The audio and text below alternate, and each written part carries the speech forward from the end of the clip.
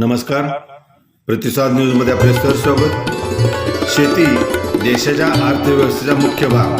जिल्हाधिकारी रुपेश जयवंशी. शेतीचा विकास झाला, शेतकऱ्यांचा विकास झाला तरच देशाची आर्थिक प्रगती होणार आहे, असे प्रतिपादन सातारा जिल्ह्याचे जिल्हाधिकारी रुपेश जयवंशी यांनी केले. धामनेर तालुका कोरेगाव ते सातारा जिल्हा मध्यवर्ती सहकारी बँक व यशवंत किसान विकास परिषद सातारा यांच्या संयुक्त विद्यमाने घेण्यात आलेल्या ऊस विकास चर्चासत्र व शिवार फेरी या कार्यक्रमाच्या उद्घाटन प्रसंगी प्रमुख पाहुणे म्हणून ते बोलत होते. यावेळी व्यासपीठावर ICAR शुगरकेनचे director doctor Bakshiram Yadav, तहसीलदार अमोल कदम, डॉक्टर राजेंद्र सरकाळे, सहाय्यक अभियंता वर्ग 1 मुंबई महानगरपालिका, चंद्रशेखर दिघावकर, मॅनेजिंग डायरेक्टर किरण कुमार, राज्य लेखा समितीचे माजी अध्यक्ष शहाजीराव क्षीरसागर, खटावमान शुगर लिमिटेडचे MD संग्राम घोरपडे, कृषी शास्त्रज्ञ किरण ओंबाशे, रामदास कदम, पंचकृषीतील बहुसंख्य प्रगतशील शेतकरी यावेळी उपस्थित होते. यावेळी बोलताना पुढे ते म्हणाले की शेतीचा विकासासाठी शासन पातळीवर सातत्याने प्रयत्न केले जात असतात, कारण शेती हा भारताच्या अर्थव्यवस्थेचा मुख्य कणा आहे. आपल्या परिसरात ऊस शेती शेतकऱ्यांच्या आर्थिक प्रगतीचे साधन ठरलेले आहे.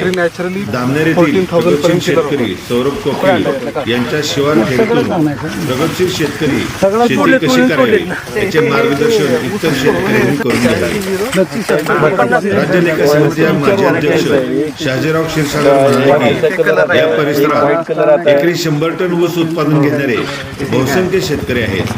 ऊस शेतीच्या माध्यमातून अनेकांची आर्थिक प्रगती झालेली आहे. सातारा जिल्हा मध्यवर्ती सहकारी बँक शेतकऱ्यांची आर्थिक मदत देण्यात अग्रेसर आहे. या बँकेच्या माध्यमातून अनेक योजना राबविल्या जात असतात, त्याचा सर्वसामान्य शेतकऱ्यांना लाभ मिळत असतो. कार्यक्रमाचे प्रस्तावित बँकेचे सातारा जिल्हा मध्यवर्ती सहकारी बँकेचे मुख्य कार्यकारी अधिकारी डॉक्टर राजेंद्र सरकाळे यांनी केले. यावेळी त्यांनी जिल्हा बँकेने शेतीच्या विविध प्रगतीसाठी केलेल्या विविध योजनांची व उपक्रमांची माहिती दिली. यावेळी धामनेर व पंचकृषीतील शेतकरी कार्यक्रमासाठी उपस्थित होते. प्रारंभी सर्व मान्यवरांनी सौरभ कोकळे यांच्या शेतीत ऊसातील केलेल्या विविध प्रयोगांची माहिती घेतली.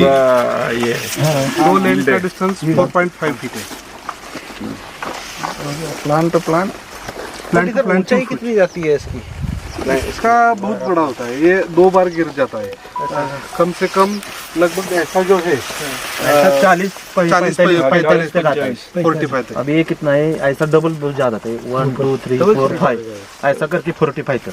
तो फाइनली जो आपका जो कापनी होता है, कापनी जब हार्वेस्टिंग जब करते हैं तो उस टाइम कितना लंबाई जाता होगा? उस टाइम 45 तक जाता है. 45 बाद में समय क्या हो जाता है? गिर जाता है. हाँ, गिर जाने के बाद ये क्या होता है, वापिस फिर खड़ा रहता है. अच्छा, 2-3 बार ऐसा होता है. ओके. हे किती दिवसाचे? हे 3 महीने, 3 मंथ्स, 90 days. तो इसको ये कैसे करते हैं आप? इसका रोपे वगैरह रहते हैं कि वही? नहीं, ये जो है ना, इसका सिंगल बर्ड लगाते हैं. ये इसका साइज रहता है 1/3 कट करने का रहता है. हाँ, ये सीधा ऐसा सरी में डालना लगता है. ओके. रोपा पण लाल होता है ना, ऐसा पण होता है लागन, दोनों तक करता है. पौधे का भी रहता है. पौधे का भी रहता है. बढ़िया है. रोपा करने से वापस आने के बाद वो लगाने का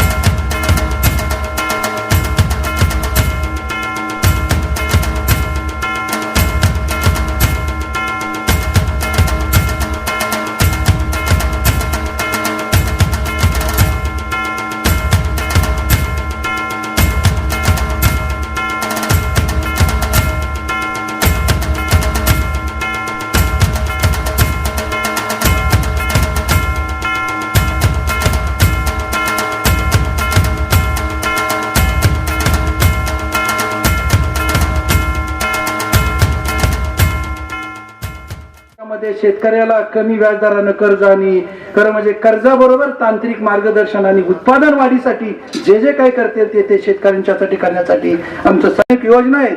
75 योजना आम्ही अशा राबवतोय की शेतकऱ्याला जमीन सपाटीकरणापासून ते उत्पादन वाढ आणि प्रक्रियापासून निर्यातीपर्यंत जे जे काय पाहिजे ते कमी व्याजदराने उपलब्ध करून देण्याचा आम्ही खरं म्हणजे उपक्रम राबवलेला आहे. त्याला प्रचंड यश असं आम्हाला मिळालेलं आहे. या ठिकाणी बक्षी साहेब आपल्याला you may don't understand Marathi लेकिन हमारे सब लोग मराठी में है, लेकिन आपको तो बता दिया हमारे बैंक के बारे में सभी तो क्या क्या है अचीवमेंट्स है. सुबह आए थे बख्शी साहब हमारे बैंक में, तो सर काफी काम चल रहा है हमारे बैंक का. फार्मर्स के अगर हम नजदीक जाते हैं तो कितना रिस्पांस मिलता है, हम क्यों इतना अचीव कर किया है हमने मालूम है आपको. लोगों का काफी विश्वास है हमारे बैंक पे. हमारी रिकवरी है वो 98% है. एनपीए कलेक्टर साहब वो 0% है, 15 साल से है. तो वो तो बाकी है बैंक का कुछ सभी है डिपॉजिट के रेट और बाकी सभी एक्टिविटी हम इम्प्लीमेंट कर रहे हैं. फार्मर्स के लिए तो काफी योजनाएं हैं. अपना शुगर केन कल्टीवेशन जो है डिस्ट्रिक्ट में एरिया है अपने इधर तो 1,16,000 हेक्टर एरिया है और 16 sugar factory they are working to crush the sugar cane here. तो काफी शुगर फैक्ट्री भी हमारे डिस्ट्रिक्ट के 1-2 छोड़ के बहुत अच्छे चल रहे हैं. Recovery is more than 12%. तो ऐसा होते हुए भी जो उत्पादन है ये डिस्ट्रिक्ट का एवरेज वकील ने तो किया आहे. वकील साहेबांचं जे उत्पन्न आहे ते सतत 120 टनापेक्षा जास्त आहे. सातारा जिल्ह्याचा ॲव्हरेज जर बघितला तर 50 टन एवढं उत्पन्न कमी आहे. मग ही दरी आता फार मोठी झालेली आहे. कमीत कमी 70 टन एकरी उत्पन्न घेण्यासाठी आपण सगळ्यांनी निर्धार केला पाहिजे. कारण एकच अशी इंडस्ट्री आहे की त्याच्यामध्ये रॉ मटेरियलवर प्रोसेसिंग केलं जातं आणि ज्या मालावर प्रोसेसिंग केलं जातं त्या शेतकऱ्यांना हमखास दर मिळतो. जवळपास सर्व जिल्ह्यातल्या शेतकऱ्यांना FRPच्या माध्यमातून कारखान्यांनी आपल्याला योग्य रक्कम अशी उपलब्ध करून दिलेली. भविष्यातील आपलं चॅलेंज काय तर ऊस शेतीमध्ये उत्पादन वाढ करणं आणि प्रोडक्शन कॉस्ट कमी करणं. प्रोडक्शन कॉस्ट वाढती दिवसेदिवस आणि उत्पन्न थोडं कमी होते. 50 टन ॲव्हरेज हा काय फारसा चांगला म्हणजे हेक्टरी तो झाला 125 टन एवढं आपल्याला उत्पन्न मिळते. आणि सर्वांनी निर्धार केला पाहिजे की 70 टन कसेल. आता 100 टनाचं टेक्निक कोकीळ साहेब नंतर सांगतीलच. आता माझं प्रास्ताविक झाल्यानंतर कलेक्टर साहेब आपल्याला मार्गदर्शन करतील आणि ते गेल्यानंतर सुद्धा हा 2 तास कार्यक्रम चालणार आहे. देशमुख साहेब तर सगळी शेतकरी बांधव आहेत तिथे महिलाही या ठिकाणी चांगल्या संख्येनं उपस्थित राहिलेल्या आहेत. त्यांचाही या शेतीच्या ह्याच्यामध्ये चांगला सहभाग असतो. अनेक शेतकरी या ठिकाणी आहे की ज्यांनी क्रांती केलेली आहे देशामध्ये. तर यशवंत किसानच्या माध्यमातून आम्ही वेगवेगळ्या पिकांच्या माध्यमातून आमच्या जवळपास आता 400 सदस्य झालेले आहेत. रामदास कदम असतील आमचे बबलू आप्पा आलेले नाहीत हे सगळे बसलेले शेतकरी आहेत. तर या मंचाचे तुम्ही सदस्य व्हा. आम्ही दर महिन्याला एक जिल्हा बँकेच्या सभागृहात किंवा तिथे एक मिटिंग घेतो. तुमच्या अडचणी काय, बँकेकडून काय अपेक्षा आहेत, कर्ज पुरवठ्यामध्ये वाढ झाली पाहिजे का, व्याजदर कसे असावेत, कशासाठी कर्ज पुरवठा केला पाहिजे, या सगळ्या बाबींची आम्ही चर्चा करतो आणि आपल्याकडून जे फीडबॅक उपलब्ध होतात त्याच्या माध्यमातून आपण दरने संचालक मंडळापुढे ते धोरण मांडत असतो. आपल्याला माहिती आहे जिल्ह्यामध्ये अनेक विषयामध्ये क्रांती केलेली आहे. अनेक पुरस्कार बँकेला मिळत असताना शेतकऱ्याची बांधिलकी जोपासण्याचं या बँकेनं उत्तम असं काम केलेलं आहे. म्हणून आज या ठिकाणी तर बोलण्यासारख्या अनेक गोष्टी आहेत. आपण नंतरच्या चर्चेमध्ये आपल्याला जर काही प्रश्न असतील ते आपण जरूर मांडावेत. कारण मला कलेक्टर साहेबांनी येतानाच म्हटलं होते की मी फक्त परत एक निवांत अशी भेट देईन. अगोदरचे कलेक्टर साहेब होते ते अत्यंत अभ्यासू होते, तसेच हे सुद्धा आहेत. पण थोडस वेळेचं त्यांनाही बंधन आहे. ते प्रत्येक कार्यक्रमाला अनुभव आपल्याबरोबर असायचे. जवळपास सर आम्ही 1-2 वर्षामध्ये 16-17 कार्यक्रम केले प्रत्येक तालुक्यामध्ये शेतकऱ्याच्या शेतावर. आणि त्यांनाही अत्यंत असं प्रचंड शेतीबद्दल ज्ञान आवड होती आणि म्हणून आम्ही स्ट्रॉबेरी सारखा प्रकल्प महाबळेश्वर तालुक्यामध्ये उत्तम प्रकारे राबवला. त्यांच्या माध्यमातून मी दिल्लीला जाऊन सेंटर ऑफ एक्सलन्स त्याच्यामध्ये आम्ही प्रस्ताव दाखल केला नाही. तेही काम आपल्या मार्गदर्शनाखाली चालू आहे. विद्यापीठ आणि कृषी विभागाच्या माध्यमातून ते काम चालू आहे. सांगायचं तात्पर्य नुसतं ऊस शेतीवर अवलंबून न राहता आपल्याला आता पूरक व्यवसाय म्हणून पाहणं गरजेचं आहे. ऊसाचं एकरी उत्पन्न तर वाढवा, पण त्याच्यामध्ये आंतरपीक म्हणून सोयाबीन सारखी पिके घेतली किंवा नायट्रोजन ऍडिशन साठी ताग, डेंचा असेल किंवा इतर पिकांची लागवड करून आपण जमिनीचा पोत वाढवण्याची गरज आहे. आणि एकूणच जर आपण उत्पादन चांगलं वाढवलं आणि प्रोडक्शन कॉस्ट कमी केली तर निश्चितपणानं ऊस शेतीशिवाय आपल्याला फारसं पर्याय राहत नाही. अनेक शेतकरी वळतात पिकाकडं, पण मार्केटिंगची हमी नसल्यामुळं प्रचंड अडचणी येत आहेत. त्याच्यासाठी एखादी विविध मार्केटिंग संस्था स्थापन करा. जिल्हा बँकेनं 400 ज्या फार्मर प्रोड्युसर्स कंपन्या आहेत त्याच्यासाठी आम्ही मार्गदर्शन शिबिर लावलेलं आहे पुढच्या महिन्यामध्ये. फार्मर प्रोड्युसर ऑर्गनायझेशन सुद्धा चांगलं काम करू शकतात. शासनाने अनेक योजना त्याच्यासाठी दिलेल्या 60 ते 80% त्याला सबसिडी आहे. सबसिडीसाठी आपल्याला काम करायचं नाही, पण लोकांना त्याच्या माध्यमातून आपल्याला सेवा देणं शक्य होणार आहे. आणि म्हणून ह्या सगळ्या योजनांचा आपण फायदा घ्या आणि आजच्या चर्चासत्राच्या माध्यमातून आपण सर्वांनी एकत्र येऊन जे जे काही प्रश्न आहेत ते बक्षी साहेबांना आपण विचारा. अनेक आंतरराष्ट्रीय पारितोषिक त्या माणसाला मिळाले. कोकिळ जे आहेत त्यांना एक ICRचा मोठासा पुरस्कार मिळालेला आहे. त्यांची त्या ठिकाणी ओळख झाली आणि त्या ठिकाणी उपलब्ध आहेत. त्यांचे मी या ठिकाणी स्वागत करतो. आणि राऊत साहेब सगळीच मंडळी या ठिकाणी आहेत. पुन्हा एकदा कलेक्टर साहेबांना मी आमच्या कार्यक्रमामध्ये सहभागी झाल्याबद्दल धन्यवाद देतो आणि आपल्या सर्वांना शुभेच्छा दिन थांबतो. जय हिंद, जय सरकार. चौफेर आणि चतुरस्त्र मार्गदर्शनासाठी पुन्हा एकदा आपलं आभार मानतोय, आभार व्यक्त करतोय. आपण आलात, आपला स्नेह या निमित्तानं, या कार्यक्रमाच्या निमित्तानं वृद्धिंगत झाला. यानंतर आजच्या कार्यक्रमाचे अध्यक्ष आदरणीय रुचेश जयवंशी साहेब, भारतीय प्रशासकीय सेवा जिल्हाधिकारी तथा जिल्हा दंडाधिकारी सातारा यांना विनंती करतोय. त्याच्या अगोदर या कार्यक्रमासाठी आवर्जून उपस्थित असलेले कोरेगाव तालुका तहसीलदार आदरणीय अमोलजी कदम साहेब आपण उपस्थित आहात. कांतीलाल कोकिळ माजी सरपंच आपणास विनंती.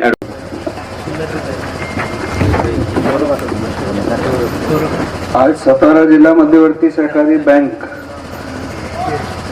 द्वारा संचालित यशवंत किसान विकास प्रतिष्ठान सातारा यांच्या द्वारा आयोजित ऊस लागवड चर्चासत्र व शिवार पेरी या कार्यक्रमात उपस्थित माननीय डॉक्टर बक्षीराम यादव साहेब, director ICAR sugar cane breeding institute, तसेच श्री संभाजी कडू पाटील महासंचालक वसंतदादा शुगर इन्स्टिट्यूट पुणे, जे इथले प्रगतशील शेतकरी आहेत त्यांचे शेतावर जाऊन पाहणी केली की कशा कोणती पद्धतीने एवढे मोठ्या प्रमाणात उत्पादन ते त्यांच्या शेतातून घेत आहेत.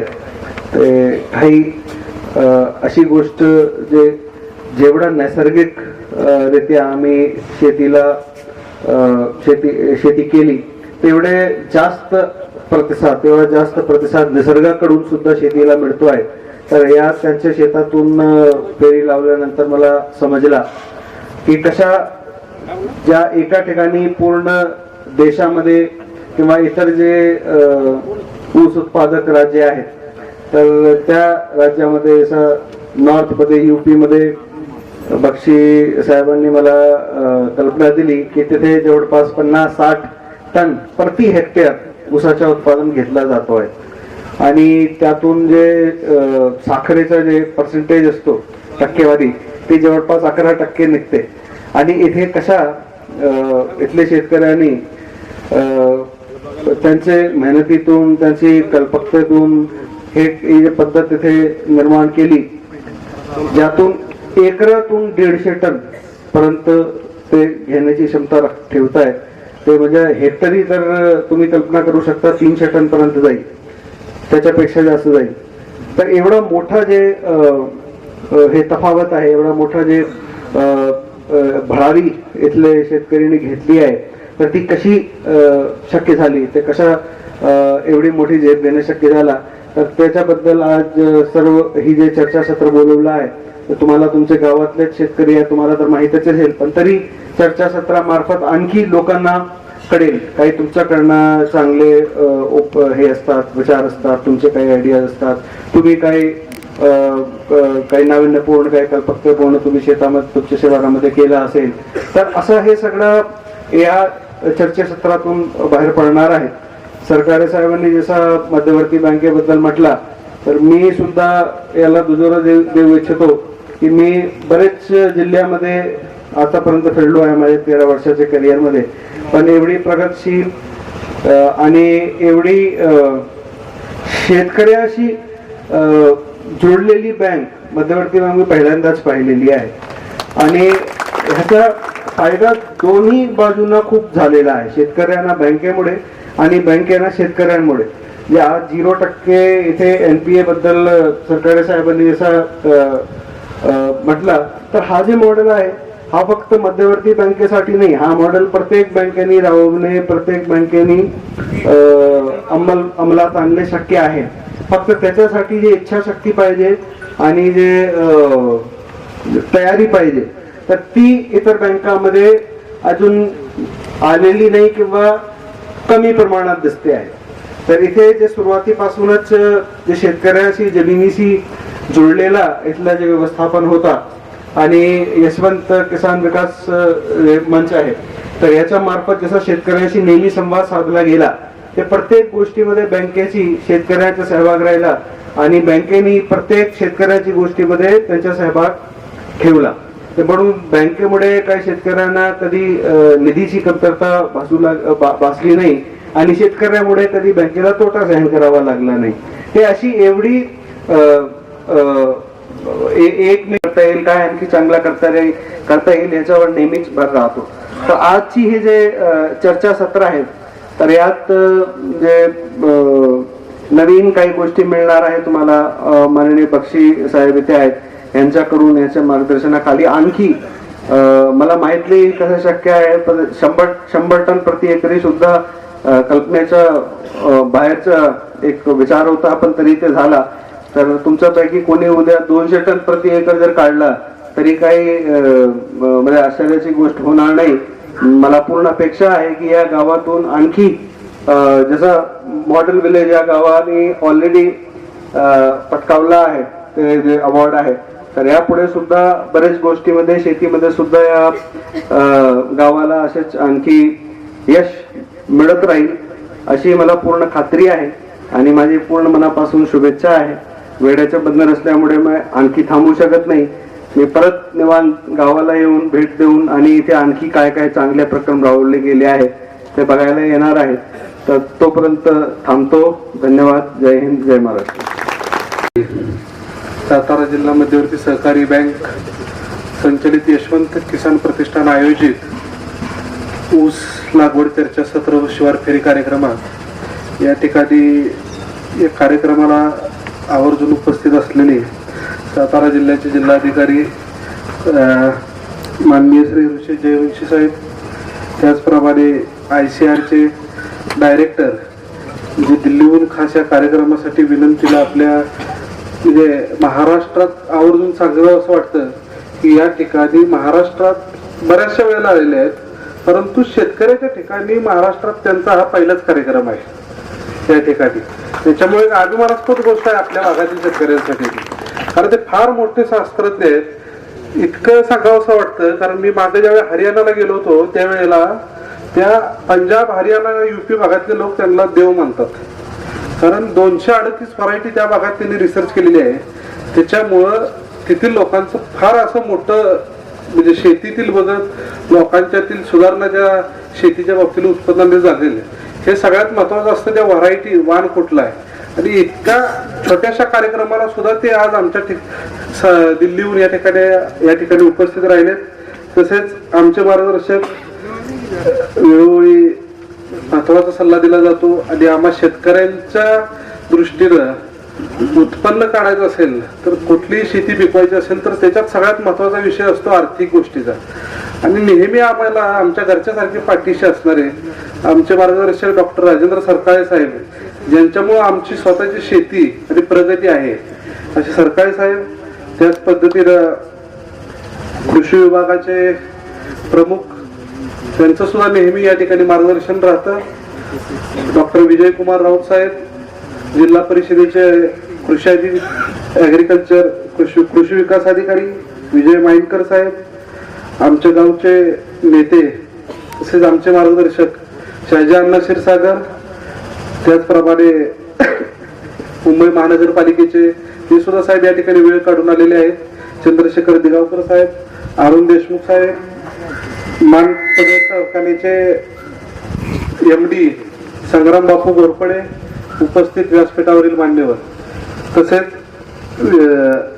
विजयराव कंचे साहेब, माजी जिल्हा परिषद सदस्य, यांनी सुद्धा या ठिकाणी वेळात वेळ काढून उपस्थित राहा. तसेच कोकिळ शेती फार्मच्या वतीने या ठिकाणी आल्याबद्दल आभार मानतो. खऱ्या अर्थाने या ठिकाणी ऊस शेती करत असताना ऊस शेतीच्या माध्यमातून गेले 10 वर्ष झालं काम केलेलं आहे. ह्या 10 वर्षाचं काम करत असताना आज या ठिकाणी चर्चासत्र घेण्याची सुरुवात या ठिकाणी माझ्या 10 वर्षाच्या ह्याच्यात पहिल्यांदा झालेली आहे. आणि या मागचा उद्देश काय आहे तर गेल्या 7 ते 8 वर्षामध्ये शासनाच्या माध्यमातून असेल, ICRच्या माध्यमातून असेल, विविध पुरस्कार मिळालेले आहेत. तर हे पुरस्कार जे दिलेले आहेत, या पुरस्काराचा शासनाचा भाग प्रतिनिधी किंवा एक आमचं कर्तव्य म्हणून समजून या ठिकाणी लोकांचं उत्पादन कसं वाढेल याकडे लक्ष देण्याचं गरजेचं आहे. या ठिकाणी मार्गदर्शन करत असताना ऊसाच्या बाबतीत दुसऱ्या चर्चा सत्रामध्ये अर्धा तासाचं मार्गदर्शन करणार आहे. आज साहेबांना वेळ नसल्यामुळे थोडस कार्यक्रम पहिल्या चर्चा सत्राचा आपण लवकर घेतो. या ठिकाणी वेळात वेळ काढून सगळे मान्यवर या ठिकाणी उपस्थित राहिले त्याबद्दल सर्वांचे यशवंत किसान विकास प्रतिष्ठान दामनेर ग्रामस्थ कोकणी शेती फार्मच्या वतीने या ठिकाणी सर्वांचे आभार मानतो आणि पहिल्या सत्राचा कार्यक्रम झाला असं जाहीर करतो. आदरणीय रुचे जयवंशी साहेब जिल्हाधिकाऱ्यांनी जिल्हा दंडाधिकारी सातारा यांना आपण पहिल्या सत्राच्या कार्यक्रमाच्या समारोपानंतर निरोप देतोय. मात्र दुसरं सत्राचा शुभारंभ करूयात. तिथे असलेले सातारा जिल्हा परिषदेचे माजी पक्षप्रतोद दामनेर नगरीचे सुपुत्र ऍडव्होकेट विजयरावजी कनसे साहेब आपण या ठिकाणी उपस्थित आहात. दत्तानी आदरणीय ऊसभूषण या नगरीचे सुपुत्र सौरभ मकर प्रस्तावित करण्यासाठी देशाच्या कृषी प्रधान संस्कृतीत नाहून निघणाऱ्या आणि कृषी संपन्न महाराष्ट्रात कृषी समृद्ध सातारा आपला हा सातारा जिल्हा कृष्णा कोयना वेण्णा उरमोडीच्या पाण्यात नाहून निघालेली इथली माती आणि इथली माणसं खरोखरच या मातीचा मृदगंध घेतलेली कृष्णेच्या पाण्यानं सुगंधित झालेली इथली मौशार माती आणि या मातीत पिकणाऱ्या ऊसाच्या रसासारखी आणि साखरेच्या आणि गुळाच्या गोड्यासारखी आपण ही सर्व गोड माणसं मातीत राबुनी मातीत पाय माझे खरोखरच राबणं मात्र मातेसाठी आणि हात मात्र आबाळ उंचीचे. या ऊसाच्या मळ्यात फुलणारा गोडवा सर्वदूर पसरावा आणि इथल्या शेतकऱ्याच्या कष्टकऱ्याच्या आणि कामकऱ्याच्या घामाला दाम मिळावा आणि त्या घामातून खरोखरच आर्थिक मानसन्मान मिळावा हाच आजचा हा अट्टहास. आणि म्हणूनच असं म्हटलं जातं मंडळी शेतकरी उभ्या जगाचा पोशिंदा पण तोच पोशिंदा आज कुठंतरी अडकळतोय थटतोय थबकतोय. आणि म्हणूनच या गतिमान स्पर्धेच्या धावत्या युगामध्ये ऊस शेती तंत्रज्ञानाचे आव्हान स्वीकारण्यासाठी भरघोस उत्पादनासाठी या सर्व गोष्टींसाठी खरोखरच नितांत गरज आहे ते आपल्यासारख्या ज्येष्ठ आणि मार्गदर्शक मान्यवर मंडळींच्या मार्गदर्शनाची. आणि म्हणूनच आजच्या या दुसऱ्या चर्चा सत्राचा शुभारंभ करत असताना सातारा जिल्ह्याचं भूषणाव असलेलं व्यक्तिमत्व आणि अर्थातच राज्य लेखा समितीचे माजी अध्यक्ष दामनेरचे आदर्श माजी सरपंच आदरणीय शहाजीराव क्षीरसागर यांना आपणच मी विनंती करतोय आपण या शेतकरी बांधवांशी सुसंवाद साधायचे आपणास विनंती. सातारा जिल्हा मध्यवर्ती सहकारी त्याचप्रमाणे मानखटावचे मॅनेजिंग डायरेक्टर संग्रामजी घोरपडे सह्याद्री सहकारी साखर कारखान्याचे शेती अधिकारी सन्माननीय पाटील साहेब उपस्थित सर्वच व्यासपीठावर प्रमुख ज्यांच्या मुळे या ठिकाणी आपण खरं तर सगळेजण उपस्थित राहिलो आणि या कार्यक्रमाचं लाभ किंवा भाग्य आपल्या गावाला मिळालं ते ऊसभूषण शेतकरी सन्माननीय सौरभजी कोकीळ उपस्थित असलेले या भागातील किंवा जिल्ह्यातील जे काही मान्यवर शेतकरी आहेत ते सर्व शेतकरी धामनेरमधील शेतकरी की ज्या व्यवसायावर आपलं आयुष्यभराचे शिदोरी त्या ठिकाणी असते आपलं कुटुंब त्याच्यावर उदरनिर्वाह आपण करतो जो व्यवसाय हा कायमस्वरूपी आपला व्यवसाय म्हणून आपण त्या ठिकाणी करतो त्या व्यवसायाचं अपग्रेडेशन काय चालू आहे त्या व्यवसायामध्ये नव्यानं नाविन्यपूर्ण काय येऊ घातलेलं आहे किंवा मार्केटिंग कशा पद्धतीचं आहे आपल्यात बदल करणं किती गरजेचं आहे या सगळ्या गोष्टींकडे त्या ठिकाणी जर बघायचं झालं तर त्यासाठी आपल्याला वारंवार अशा प्रकारच्या व्हिजिट करणं वेगवेगळी त्या ठिकाणी प्रबोधन ऐकणं त्याबद्दलची मार्गदर्शन ऐकणं या सगळ्या गोष्टी खरं तर करायला पाहिजे. बघा एखादी कॉर्पोरेट कंपनी जर असली तर त्या कॉर्पोरेट कंपनीमध्ये नव्यानं त्या ठिकाणी दररोज काही घडामोडी वेगळ्या घडण्यासाठी ती कॉर्पोरेट कंपनी आपला जो स्टाफ असतो सगळा त्याचा साधारणपणे आठवड्याला तरी किमान व्ह्यू घेत असतात. त्या स्टाफ पुढे त्या ठिकाणी कोणाचं तरी मार्गदर्शन ठेवत असतात. त्या मार्केटिंग मधलं त्या ठिकाणी निश्चितपणे काही घडामोडी होतात का ते त्या ठिकाणी बघत असतात. आणि म्हणून सातत्यानं व्यवसाय कुठलाही असो जोपर्यंत शेतीकडे व्यवसाय म्हणून बघितलं जाणार नाही फक्त उदरनिर्वाहाचं साधन म्हणून जर आपण बघितलं तर त्यामध्ये फार मोठी प्रगती करणं फार आपल्याला अवघड आहे. आपला युवक MIDC मध्ये त्या ठिकाणी कामाला जातो आणि कामाला गेल्यानंतर बरोबर 8 तास त्या ठिकाणी तिथं घाम गाळतो. हेच 8 तास जर शेतीमध्ये घातले तेवढा घाम गाळला तर शेती किती बदलेल हे आपण विचारात घेतलं पाहिजे. परंतु आपल्याला असं होताना दिसत नाही. आपण शेतीला एक पर्यायी काहीतरी उपजीविकेचं साधन किंवा आपल्या जवळच एक छोटस काहीतरी साधन म्हणून त्या ठिकाणी बघत असतो. बघायला हरकत नाही परंतु या देशाचे नेते सन्माननीय पवार साहेब नेहमी सांगतात की कुटुंबामध्ये जर 2 भाऊ असतील तर एकानं नोकरी धरावी, कारण काहीतरी महिन्याला ताजा पैसा त्या ठिकाणी येईल, आणि दुसऱ्यानं शेती करावी, तो पैसा शेतीच्या त्या ठिकाणी कामकाजामध्ये वापरता येईल, ज्या योगे शेती चांगली करता येईल, हा त्यातला उद्देश आहे. आणि म्हणून शेतीकडे तुम्ही आम्ही जोपर्यंत व्यवसाय म्हणून पाहणार नाही, नव्या नव्या गोष्टी घडवणार नाही, तोपर्यंत त्या ठिकाणी आपल्याला त्यामध्ये मोठं त्या ठिकाणी यश येणार नाही. आज आपल्या सर्वांसमोर सौरभचं उदाहरण आहे. एकरामध्ये आज सरासरी जरी 50 टन सरकारी साहेब म्हणले असतील तरी 50 टन एकरी करणारे सुद्धा शेतकरी फार कमीच आहे. सरासरी ऍव्हरेज एकरी 35-40 टनाच त्या ठिकाणी निघतंय. आणि म्हणून शेतीमध्ये घातलं जाणारं भांडवल, तिथं राबला जाणारा आपला त्या ठिकाणी एकूण खर्च शेतकऱ्याने जर काढला, दररोज आपण जर त्या शेतामध्ये राबत असतो तर आपली मजुरी सुद्धा त्या ठिकाणी धरली गेली पाहिजे, आणि हा खर्च काढला तर एकूणच शेती त्या ठिकाणी आपल्याला परवडत नाही असं आपण नेहमी म्हणतो. त्याचं कारण ते आहे की शेतीला व्यवसाय म्हणून आपण त्या ठिकाणी बघत नाही, ते व्यवसाय म्हणून बघितलं गेलं पाहिजे. आज सौरभनी एवढ्या मोठ्या प्रमाणात ऊसाचं उत्पन्न गेल्या कित्येक वर्षात आता ऊसभूषण पुरस्कार मिळाला, त्याचे अगोदर त्यानंतर सातत्यानं वेगवेगळे उपक्रम त्या ठिकाणी राबवून वेगवेगळे प्रयोग करून जास्तीचं उत्पन्न कसं मिळेल हे त्या ठिकाणी तो प्रयत्न करतोय, सगळ्यांना मार्गदर्शन करतोय. आणि ही अतिशय अभिनंदनाची गोष्ट आहे, तुम्हाला सगळ्यांसाठीची अभिनंदनाची गोष्ट आहे. आज यादव साहेब ICAR चे दिल्लीवरून आलेले आहेत, त्याच्या परिचयामुळे एवढा मोठा मनुष्य त्या ठिकाणी आपल्या इथं या शिवारामध्ये येतो, आपल्या तुम्हाला मार्गदर्शन करतो, आणि बऱ्याच प्रमाणात प्रसिद्धी त्या ठिकाणी केली असताना पण शेतकऱ्यांना त्या ठिकाणी त्याचं उमगत नाही. मी आवर्जून ते दुःख का व्यक्त करतो, तर बरेच वक्ते आपलं धामनेर त्या ठिकाणी एवढं नावारूपाला आल्यानंतर शेती संदर्भातली सुद्धा बरीच मोठी माणसं इथं येऊन मार्गदर्शन करण्याची विनंती करतात. कंपन्यांची नाही, वेगवेगळ्या कंपन्यांची येतील ते त्यांचा त्यामध्ये स्वार्थ असेल, त्यांचे प्रॉडक्ट खपवायचे असतील, परंतु ऍक्च्युअल मार्गदर्शन देण्यासाठी शेतीमधली काही तज्ञ मंडळी सुद्धा आहेत की ज्यांचा कुठल्याही कंपन्यांशी संबंधित नाही, ते सुद्धा त्या ठिकाणी विचार न करतात. परंतु माझंही अजून धाडस होत नाही की कोणाला बोलवावं तर पुढे 5-50 लोक बघून त्यालाही वाईट वाटेल, कारण नाही म्हटलं तर 2,500 लोकसंख्येचं गाव असल्यानंतर 100-500 शेतकरी त्या ठिकाणी 1-2 तास वेळ काढून यायला हरकतच नाही, पण त्यांनाच द्यायचे.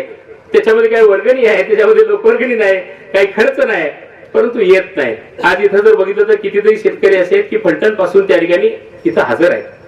आज मी आवर्जून त्या ठिकाणी सांगेन आपल्या सर्वांना, यादव साहब यहाँ भी ऐसी कोई चीजें है जो कि एक मैं उसी में काम करता हूँ, भारत फौज एक नाम की कंपनी है जो बहुत सारे डेवलपमेंट गाँव की करती है. उन्होंने ये प्रोग्राम लाया है. अभी ये बारामती में उन्होंने उनका एग्रीकल्चर ट्रस्ट है, उधर एक सेंटर निर्माण किया है. तो वहां पे हर गांव जो गांव उनके अंडर काम करता है, वहां से जिन फार्मर्स को कुछ अलग करना है, तो खेती के बारे में हो, दुग्ध व्यवसाय के बारे में हो, पोल्ट्री हो, कुछ भी करना हो, तो उनको 1-2 दिन 3 दिन का रेसिडेंशियल ट्रेनिंग उधर देते हैं. सभी खर्च उनका होता है, फिर भी लोग जाने के लिए तैयार नहीं है. तो ये हमारे पास सब कुछ है, मगर हमारे फार्मर्स को अभी तक लेने की जरूरत नहीं लग रही है, क्योंकि ये पुरानी तरीके से ही खेती हम कर रहे हैं. तो ये प्रॉब्लम इधर की है, उसी के ऊपर भी आप थोड़ा सा ध्यान डालिए आप बोलते समय. तर हा त्यातला भाग आहे की आपल्याला घ्यायचं कळणं झालं. मोफत सुद्धा आपल्याला मिळते, फुकट, आणि फुकट मिळायची किंमत नक्कीच नसते, हे तितकं. त्याच्यावर आज चर्चासत्र इथं होतंय. मगाशी सरकारी साहेब म्हणले फार्मर प्रोड्युसर कंपनी या जिल्ह्यामध्ये जवळपास 400 तयार झाले आहेत. त्यांनाही पोटेन्शियल खूप मोठ्या प्रमाणामध्ये. आज ऊसासारखं पीक जर बघितलं तर ऊसाच्या सुईचा सुद्धा किंवा पाल्याचा सुद्धा त्या भाग वाया जात नाही, इतकं त्याच्यापासून वेगळं आपल्याला काही करता येऊ शकतं.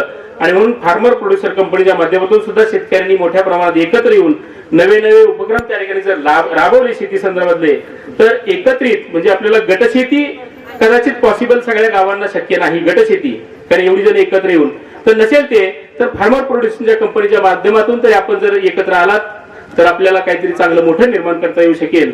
आज आमच्या धामनेरच्या आदर्श धामनेर गावामध्ये या ठिकाणी आपण शिवारामध्ये सर्वजण त्या ठिकाणी सौरभच्या विनंतीला आणि जिल्हा मध्यवर्ती बँक असेल, यशवंत किसान विकास प्रतिष्ठान असेल, यांच्या निमंत्रणाला विनंतीला त्या ठिकाणी आपण मान देऊन उपस्थित राहिलात. इथं आल्यानंतर आपल्याला नक्कीच सगळं काही चांगलं मिळणार आहे. हे दुसरं सेशन आहे आणि दुसऱ्या सेशन मध्ये आपल्या सर्वांचं मी मनापासून स्वागत करतो. आणि ह्या सेशन मध्ये फार आपल्याला जास्ती तात्काळ बसावं लागणार. प्रमुख त्या ठिकाणी ज्यांच्याकडून नक्कीच काहीतरी घ्यायचंय आपल्याला, अशांचीच त्या ठिकाणी प्रबोधन मार्गदर्शन त्या ठिकाणी इथं होतील. त्यानंतर आपल्या सर्वांसाठी जेवणाचा कार्यक्रम इथं आहे. तोपर्यंत आपण शांत त्या ठिकाणी ह्या सगळ्या कार्यक्रमाला प्रतिसाद द्यावा अशी आपल्या सर्वांना विनंती करतो. पुनश्च एकदा धामणेरच्या वतीनं आपल्या सर्वांचं मनापासून स्वागत करतो आणि थांबतो. जय हिंद, जय महाराष्ट्र. मनोगतामध्ये अर्थव्यवस्थेचा कणा असलेली शेती आणि शेतीला कसं प्राधान्य द्यावं या अनुषंगाने आपल्याशी सुसंवाद साधला. ना बिर्ला ना बाटा, ना बाटा न टाटा, ना बिर्ला ना बाटा, न बाटा न टाटा. खऱ्या अर्थाने शेतकरी हाच समाजाचा बायोडाटा. त्याच्यामुळे समाजामध्ये शेतकरी जिवंत असेल, शेतकरी जगला तर समाज जगला. आणि खरोखरच शेतकरी हा जगाचा पोशिंदा आहे हे वेळोवेळी आपण सिद्धही करून दाखवलेलं आहे. आणि तशा अनुषंगाने आदरणीय अण्णांनी सांगितलं की वेगवेगळे शेतकरी मेळावे आयोजित करावेत. आम्ही अण्णांना त्या निमित्तानं सांगेन, तुमच्या धामणेरमध्ये जर पहिलं पाऊल तसं उचललं तर वेळोवेळी आम्ही तुम्हाला समर्थ साथ देऊ. आमचे हे सर्व शेतकरी एका जोरदार टाळ्या वाजवा आणि अण्णांना आपण खात्री देऊया, ग्वाही देऊया की तुम्ही अशी चर्चासत्र आयोजित करा, आम्ही तुम्हाला समर्थ साथ देऊ. धन्यवाद अण्णा. यानंतर खटाव महान ॲग्रो प्रोसेसिंगचे मॅनेजिंग डायरेक्टर आदरणीय संग्रामबाबू घोरपडे आपणास विनंती आहे, आपण आपलं मनोगत या ठिकाणी थोडक्यात व्यक्त करणार आहात. सर्वप्रथम इथं हा जो कार्यक्रम ऑर्गनाईज केला सातारा जिल्हा मध्यवर्ती बँक आणि यशवंत किसान विकास प्रतिष्ठान यांचं मी मनापासून आभार मानतो. आता अण्णा तुम्ही काही मुद्दे मांडले तुमच्या भाषणामध्ये, योग्य असे मुद्दे आहेत. कुठले मुद्दे आहेत तर शेतकऱ्याला आपण काहीतरी द्यायला जातो आणि शेतकरी घेत नाही. मी थोडंसं त्याच्यात करेक्शन करेन. शेतकऱ्यांना आतापर्यंत समाजाला एवढं भरभरून दिलंय की आपण शेतकऱ्यासाठी काय करू शकतो हे आपण पाहिलं पाहिजे. आज प्रबोधन म्हणजे तरी नक्की काय असतंय. आज जसं म्हणजे आपल्या इथं रयत शिक्षण संस्था आहे. रयत शिक्षण संस्था कर्मवीर भाऊराव पाटलांनी काढली. कर्मवीर भाऊराव पाटलांनी रयत शिक्षण संस्था काढल्यामुळं आपल्यातली पोरं शिकली, मोठ्या मोठ्या हुद्द्यावर पोहोचली आणि प्रगती झाली. आज शेतकऱ्याला जर आपल्याला ह्या प्रोसेसमध्ये आणायचं असेल, आज आता आपले निमंत्रक सौरभ आहेत, सौरभ यांचं अगदी जिल्हाभर नव्हे राज्यभर बऱ्यापैकी चांगलं नाव आहे. आता इथं समोर मंडळी म्हणजे आमचे काका आले जात इथवरनं, म्हणजे जी जाणती मंडळी आहेत त्यांना जर निमंत्रण मिळालं तर ती पोचतायत आणि त्या मंडळींनी ते खाली ड्रेन करावं. ड्रेन करावं म्हणजे नक्की काय, तुम्ही मगाशी एक म्हणजे गट स्थापन करून आपण शेती करू शकतो का, हा एक चांगला प्रश्न तुम्ही उपस्थित केला. अडचणी आहेत. परंतु आता जर आपण बघितलं, आपण जर शेतकऱ्याला ऑनलाईन प्रशिक्षण देऊ शकलो, म्हणजे आता इथं पवार साहेब शेती अधिकारी आपले सह्याद्रीचे, आमच्याकडे सगळा डाटा असतोय कारखान्यांच्याकडे. आता सगळ्यांच्याकडे अँड्रॉइड फोन आहेत A to Z. म्हणजे आम्ही पाठीमागं सुद्धा आपल्या कारखान्यामार्फत आंबवडे खाटावला एक कार्यक्रम आयोजित केला होता आणि त्या कार्यक्रमाला आम्ही सगळी आजूबाजूची शेतकरी मंडळी बोलवली. परंतु जसं तुम्ही म्हणलात तसंच आज आपल्या धामणेर एक आदर्श गाव आहे. गावामध्ये चांगली शेती करणारी बरीच पोरं आहेत, बरीच जण आहेत. इथं जमा होताना एक लिमिटेड लोक ऐकायला जमा होतात. आता जर आपण ऑनलाईन पद्धती, म्हणजे मी आता यादव साहेबांना पण विचारलं की तुमचं काय सेशन्स वगैरे असतात का, ऑनलाईन सेशन्स असतात का, जेणेकरून आपण ती प्रमोट करू. आमच्याकडे डाटा आहे. आज आम्हाला म्हणजे असं पकडून चला की आज दिवसाला आम्ही 100 लोकांचा ऊस गाळप करतो, तर अख्ख्या सीझन मध्ये आमच्याकडे अंदाजे 5,000 लोकांचे डायरेक्ट कॉन्टॅक्ट येतात, ज्यांना आम्ही ऑनलाईन कम्युनिकेट करत असतो, ज्यांना आम्ही मेसेजेस पाठवत असतो, बाबा एवढा टन ऊस गेला, हे झालं. त्याचबरोबर जर आपण त्या विभागातले ग्रुप फॉर्म केले, आमचा शेती विभाग आहे, शेती विभागानं बाबा आता आपलं इथं रहमतपूरला एक गट ऑफिस आहे, रहमतपूर गट ऑफिस मधून रहमतपूर मधल्या लोकांचं, आता पूर्वी व्हॉट्सअपला लिमिटेशन होतं 50चं, आता तुम्ही 500 लोक एका ग्रुपमध्ये ऍड करू शकतायत. आणि एक सेशन तुम्ही जर बाबा एक जे म्हणतो आपण कन्व्हिनियंट टाइम म्हणजे काय, आता जसं की कलेक्टर साहेब आले, ओपनिंग केलं आणि गेले, त्यांच्यावर अख्ख्या जिल्ह्याची जबाबदारी. तसंच प्रत्येकाला आपापल्या कुटुंबाची जबाबदारी, आपापली प्लॅनिंग असतात, सगळ्या गोष्टी असतात. आज ह्या सगळ्या गोष्टींची ताळमेळ घालून जर त्यांच्या सोयीनुसार आपण जर ऑनलाईन सेशन ऑर्गनाईज केली आणि ऑनलाईन सेशनला पाहिजे एवढे, आता सगळीकडे अँड्रॉइड आहे, तुमच्या गावात वायफाय आहे, बऱ्याच ठिकाणी म्हणजे 5G नेटवर्क आलेलं आहे. तर ह्या सगळ्या मी जर बघितलं तर साखरेचं 240 लाख ते 260 लाख मेट्रिक टनचं कन्झम्पशन होतं, म्हणजे आपली रिक्वायरमेंट आहे साखरेची. आपल्याला आता प्रोडक्शन जे होतंय ते आपलं प्रोडक्शन 320 ते 340 लाख मेट्रिक टनच्या आसपासचं प्रोडक्शन दर वर्षाचं व्हायला लागलंय. म्हणजे कधी युपी एक नंबरला, गेल्या वर्षी महाराष्ट्र एक नंबरला होता. म्हणजे ह्या 2 स्टेटमध्ये आता मेजर फाईट आहे म्हणायचं. मग हे आपलं एक्सेस उत्पादन होत आहे. एक्सेस उत्पादन म्हणजे यील्ड पण त्या पद्धतीनं वाढलंय, त्याच पद्धतीनं व्हरायटीज आल्या, त्याच पद्धतीनं त्या व्हरायटीमध्ये रिकव्हरीचा गेन झाला. पूर्वी 9 रिकव्हरी होती, 11 रिकव्हरी आली. हळूहळू ह्या सगळ्याच इम्प्रुव्हमेंट होत जात आहेत. परंतु तुम्ही जसं म्हटलात, आज हे चर्चासत्र तुम्ही आयोजित केलं, हे फार चांगला उपक्रम आहे. स्वरूप, माझी तुम्हाला विनंती आहे, आज तुम्ही एक म्हणजे आधुनिक शेतकऱ्यांचे लीडर म्हणून इथं ऍक्ट होत आहे. आज हा जो म्हणजे तुमचा यशवंत किसान विकास प्रतिष्ठान जे आहे, आज त्यामार्फत तुम्ही एक प्रायोगिक तत्वावर सुरुवात करा. पाठीमाग पाणी फाउंडेशननं बरीच मोठी कामं केली. आताही काम चालू आहे. आता ते कुठल्या स्पर्धा घेत आहेत, तर गट स्थापन करायचे आणि त्यातनं जास्तीत जास्त कोण आउटपुट काढणार त्या गटाला बक्षीस द्यायचं. पाण्याची स्पर्धा त्यांची बाजूला झाली, पाणी आडवा जिरवा सगळं झालं. आता पुढचीच पाऊल त्यांनी उचललं. त्याच्यामध्ये मी जवळजवळ 4 तास बसलेलो होतो पाणी फाउंडेशनच्या ऑफिसला. पाणी फाउंडेशनचं ऑफिस पुण्यामध्ये माझ्या घरातच आहे. आपण त्यांना दिलेलं आहे वापरायला. आज एक तर चांगली गोष्ट होत असेल, एक वरचा फ्लोअर बॅलन्स आहे, खालच्या फ्लोअरला ते ऑफिस रन होतं. त्या ऑफिसमध्ये मी त्यांची मेथोडॉलॉजी बघितली. त्यांनी ग्रुप बनवले आणि ग्रुपमध्ये काय पहिल्यांदा मेसेज टाकतात की कन्व्हिनियंट टाइम कळवा. इकडे ऑनलाईन सेशन हे केलं जाते. मग कुणाचे काय प्रश्न असतील काय नसतील ते सगळे प्रश्न ऐकून घेतले जातात आणि त्याच्यामध्ये उत्तरं दिली जातात. आपणही ही जर मेथोडॉलॉजी वापरली तर त्याचा फार मोठा, हे सेमिनार म्हणजे हे रिप्रेझेंटेटिव्ह झाले. आज हे एक इथं बसलेला माणूस म्हणजे 500 लोकांना कोऑर्डिनेट करण्यासारखा तेवढ्या ताकदीचा माणूस आहे. आज नुसतं संख्येवर कॅल्क्युलेट करायचं नसतं. आज इथं जर 150 लोक आहेत तर 150 गुणिले 500 म्हणजे आपण ऑलमोस्ट तेवढ्या लोकांपर्यंत पोहोचू शकतो, एवढी इथं कॅपॅसिटी आहे. तर ह्या सेमिनारचा फायदा सगळ्यांना व्हावा, त्याच पद्धतीने ऑनलाईन सेमिनार पण ऑर्गनाईज करावेत. आमची जी काही मदत लागेल कारखान्यातर्फे 100% आम्ही मदत द्यायला तयार आहे. आमचा डाटा असेल, अजून काय खर्च वगैरे असेल तरी आम्ही करायला तयार आहे. हे फार चांगलं असं सेमिनार तुम्ही ऑर्गनाईज केलं. ज्यादा वेळ घेत नाही. बक्षी साहेबांचं सगळ्यांना महत्वाचं मार्गदर्शन, मोलाचं मार्गदर्शन ऐकायचंय.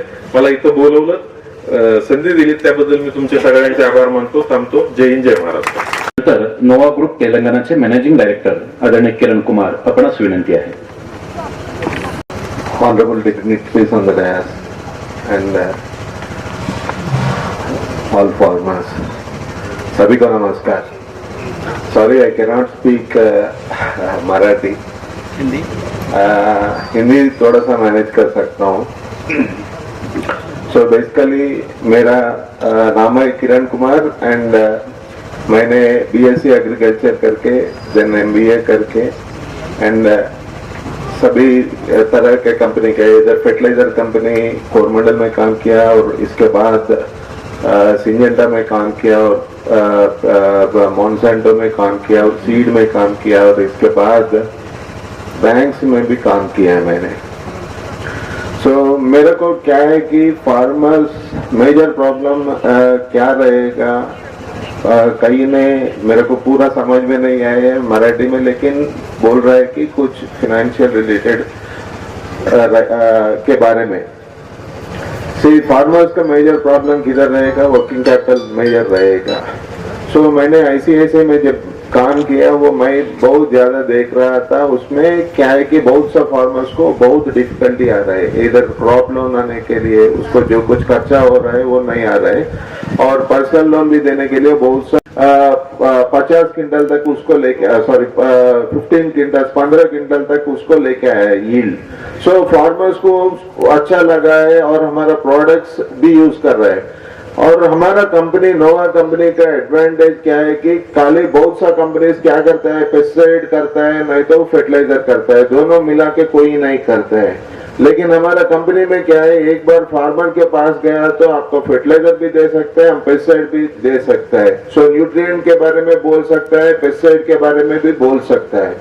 सो ऐसा स्टार्ट करके कॉटन पहले किया, उसके बाद चिल्ली के ऊपर काम किया, चिल्ली होने के बाद पैडी में काम किया. हर एक क्रॉप में एक एक ऐड करते हुए फार्मर को एडवांटेज दिखाते हुए हमने चल रहा था. लेकिन शुगर केन के बारे में हमको ज्यादा इतना ग्रिप नहीं है और हमको उतना ज्यादा मालूम नहीं है. अचानक हमने एक दिन वैसा ही देखते हुए मेरा प्रमोटर इधर आया और इधर का खेती देख के वो बहुत ये हो गया।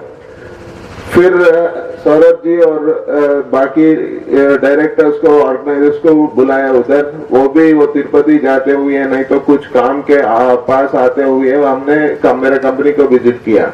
तो हमारा कंपनी में एक है कि हमारे डिपार्टमेंट में एनकेएस के डिपार्टमेंट बोल के एक रहता है, नोवा किसान सेवा केंद्र। उसमें क्या है, पूरा एग्रीकल्चर ग्रेजुएट्स रहते हैं, वो हर एक लैंग्वेज में बात कर सकता है। सो उसको इंटरेक्शन सेशन मैंने रखा है।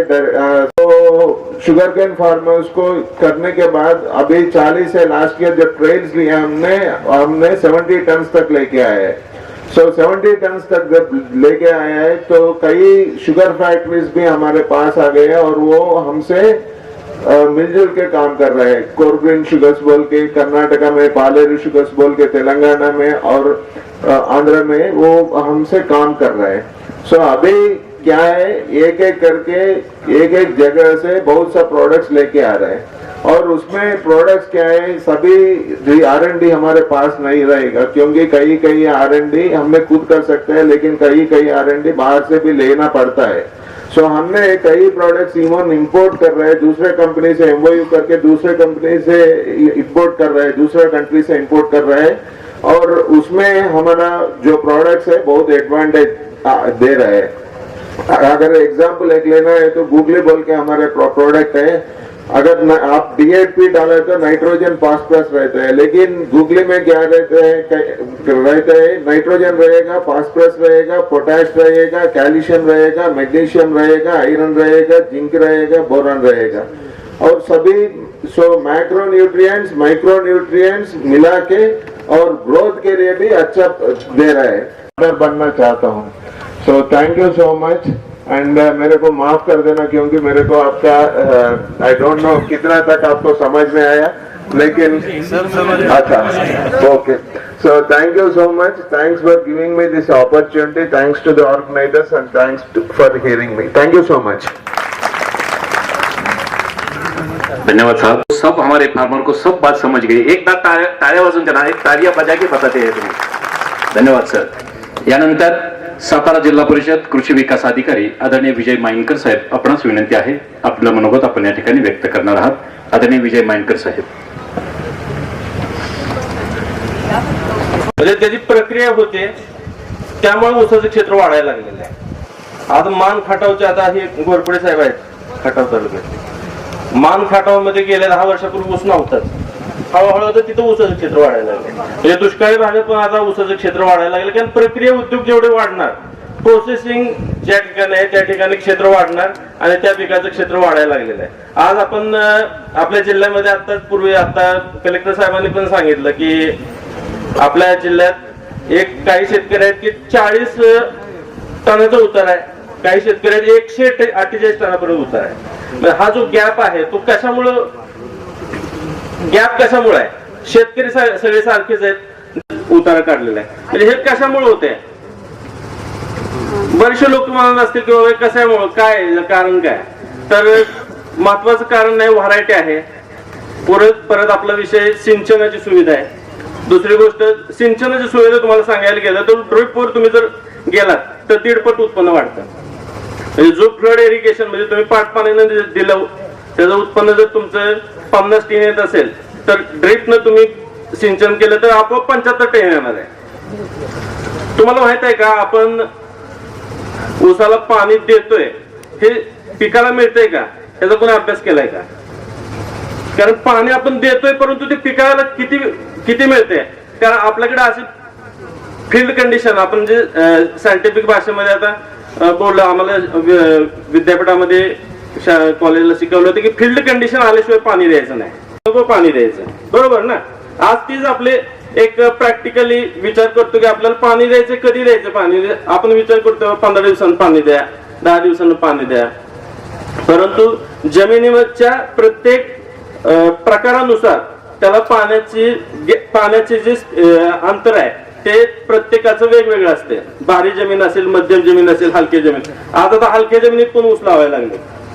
पूर्वी आपण म्हणायचो काळी जमीन आहे तिथंच ऊस लावला पाहिजे, आज आता मानखाटाव सारख्या हलक्या जमिनीत ऊस लावायला लागले, पण तिथं ऍव्हरेज आपोआप कमीच येणार आहे. आता फील्ड कंडिशन कशी आपण ओळखायची ते तुम्हाला सगळीकडे तुम्ही ऐकलं पण असेल. आपल्या जमिनीचा एक मुठभर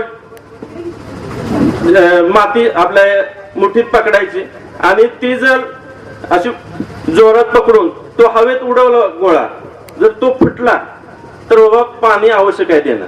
जर तो तसाच राहिला तर फील्ड कंडिशन अजून आलेली नाही. बऱ्याच वेळेस असं आहे की आपण वारंवार पाणी देत राहतो, आपल्याला वाटतं की पाणी जेवढं जास्त देईल तेवढं उत्पन्न जास्त. तसं होत नाही. योग्य वेळ आले तरच पाणी दिलं पाहिजे. म्हणजे पाणी खताचं पण तसंच आहे.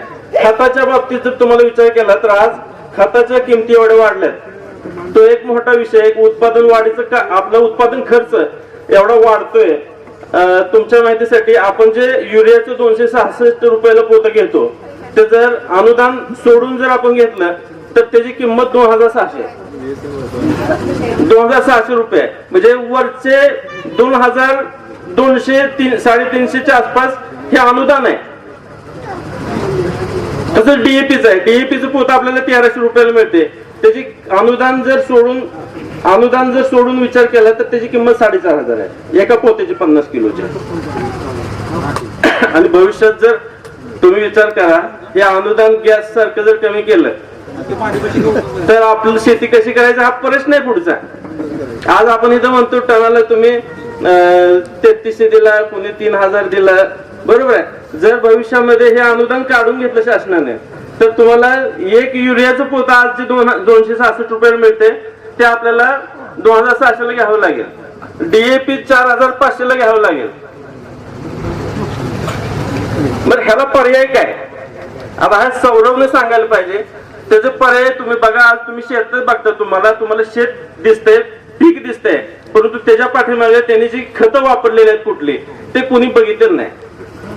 तर सौरभचं तुम्ही शेतीचं बॅकअप जर पाहिलं तर गांडूळ खताचे त्याची युनिट आहेत. गांडूळ खत ते नेहमी वापरतात. सौरभ आहे काय? गांडूळ खताचा त्याचा वापर जास्त आहे. म्हणजे जमिनीत मध्ये सेंद्रिय कर्ब जेवढं वाढेल तेवढं तुमचं खत लागू पडते. आज आपल्याकडं सेंद्रिय कर्ब म्हणजे काय हा इथून पुढे प्रश्न होतोय. आपल्याला जमिनीमधले जीवाणू जिवंत राहायला 0.5 ते पुढं सेंद्रिय कर्ब वाढला पाहिजे. 0.5 च्या पुढे जास्त पाहिजे. आपल्या जमिनीत आहे 0.1%, 0.2%. आज आपल्याकडे मनोहर बाबा आहेत, ते पण प्रगतशील शेतकरी आहेत. तर सेंद्रिय कर्ब वगैरे ह्या गोष्टी त्यांना माहित आहेत. बरेचसे शेतकरी जे आज यशस्वी शेतकरी आहेत त्यांच्याकडे तुम्ही बघा ते सेंद्रिय खताचा वापर करतात. नुसत्या रासायनिक खताचा वापर करून शेती होत नाही. तुम्ही कितीही खत वापरलं तरी काय होणार नाही. सेंद्रिय शेतीकडनं वळणं आवश्यक आहे. एवढंच बोलून माझे 2 शब्द संपवतो. धन्यवाद साहेब. यानंतर अगदी थोडक्या वेळामध्ये या कार्यक्रमाला आवर्जून उपस्थित असलेले मध्यवर्ती ऊस संशोधन केंद्र पाडेगावचे आदरणीय किरण ओंबासे साहेब उपस्थित आहेत. त्यांचा सन्मान होतोय. सुनील शंकर क्षीरसागर आपणच मी विनंती करतोय आपण ओंबासे साहेबांचा सन्मान करायचा आहे. त्याचबरोबर या यशवंत किसान विकास प्रतिष्ठानचे उपाध्यक्ष आदरणीय उपमहाराष्ट्र केसरी पैलवान बलभीम अप्पा भोसले हे या ठिकाणी उपस्थित आहेत. त्यांचा सन्मान होतोय. सन्माननीय विलासराव काटे आपणच विनंती करतोय आपण अप्पांचा या ठिकाणी सन्मान करा. कृषी भूषण पुरस्कार विजेते नागठाण्याचे सुपुत्र मनोहर भाऊ साळुंखे हे उपस्थित आहेत. आपला या ठिकाणी सन्मान होतोय. सन्माननीय कृषीतल्य गुरुतल्य व्यक्तिमत्व आदरणीय डॉक्टर बशीराम यादव साहेब, एक्स डायरेक्टर शुगर केम ब्रीडिंग इन्स्टिट्यूट कोयंबतूर. त्याचप्रमाणे या ठिकाणी उपस्थित असलेले खटावमान शुगरचे आदरणीय गोळपडे साहेब, त्याचप्रमाणे ज्यांच्या आपण शेतावरती शिवारामध्ये उपस्थित आहोत, ज्यांनी अतिशय चांगलं ऊसाचं उत्पादन घेतलं ते आमचे मित्र श्री सौरभ कोकीळ साहेब. आणि या कार्यक्रमासाठी स्टेजवरती उपस्थित असलेले सर्व मान्यवर, आपण सर्व शेतकरी बंधू आणि भगिनींनो, खरं पाहायला गेलं तर वेळेचं बंधन आहे. मी थोड्या वेळामध्ये आपल्याशी बोलणार आहे. आज विषय असा आहे की ऊस शेतीमध्ये दर एकरी ऊसाचं उत्पादन वाढवणं. मी माझ्या मतेमध्ये सांगतो, मी अरुण देशमुख, मी वसंत शुगर इन्स्टिट्यूट मध्ये कृषी अभियांत्रिकी विभागाचा प्रमुख आणि वरिष्ठ शास्त्रज्ञ म्हणून 28 वर्ष काम केलं. गेल्या 8 वर्षापासून मी नेटाफिम इरिगेशन मध्ये जनरल मॅनेजर म्हणून काम करतो. आदरणीय बशीराम यादव सरांचा आमचा परिचय मी VSL असल्यामुळं खूप वर्षांपासूनचा आहे.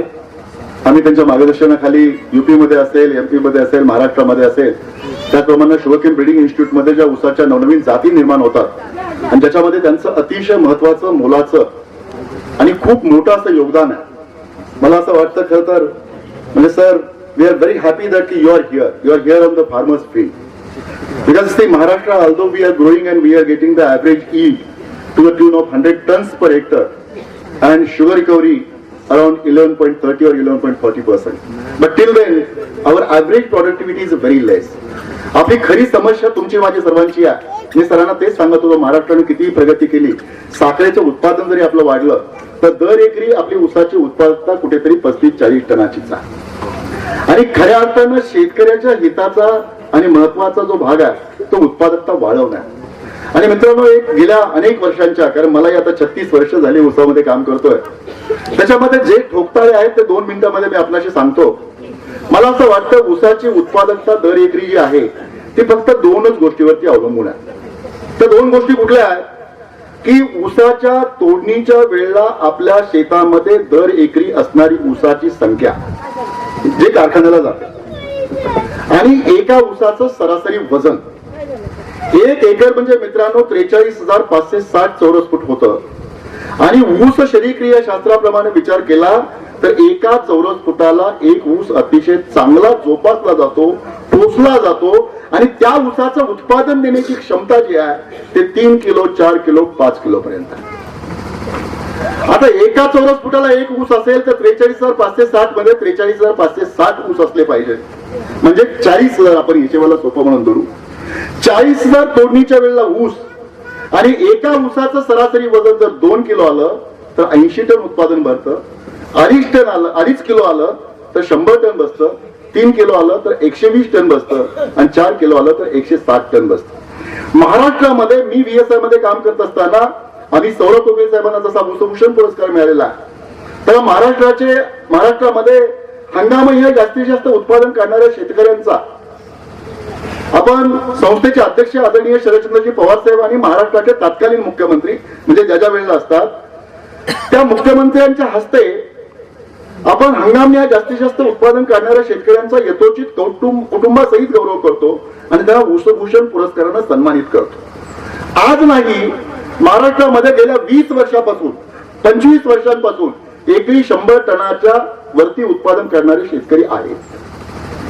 प्रश्न फक्त एकदा की महाराष्ट्रामध्ये मुठभर म्हणजे अगदी 1000 लोक जरी शेतीमध्ये ऊसाचं एकरी उत्पादन 100 टनापेक्षा वर काढत असले तरी सुद्धा महाराष्ट्रामध्ये ऊस पिकवणाऱ्या शेतकऱ्याची संख्या 8 लाखाच्या वर आहे. 8 लाखामध्ये हजारो शेतकरी तुमचे जरी 100 टन काढलं तरी महाराष्ट्राच्या सरासरी ऊस उत्पादकतेमध्ये वाढ होत नाही.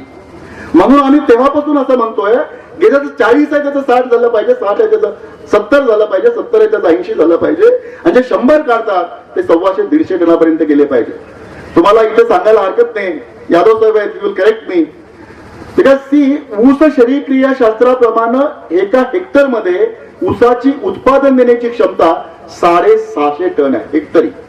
याचा अर्थ एकरी 200-250 टन ऊस निघू शकतो. वेगळी खतं देत नाही. प्रश्न फक्त एक आहे की ते सगळी गोष्टी इतरांपेक्षा वेगळ्या पद्धतीने ऊसाच्या शेतीमध्ये करतात.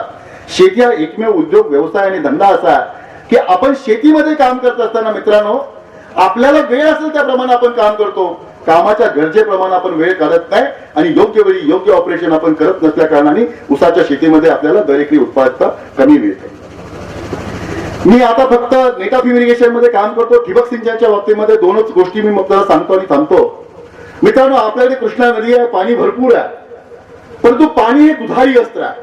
प्रमाणात वापरलं ते अमृत आहे, प्रमाणापेक्षा जास्त वापरलं ऊसाच्या शेतीमध्ये त्याचा विष म्हणून वापर होतो.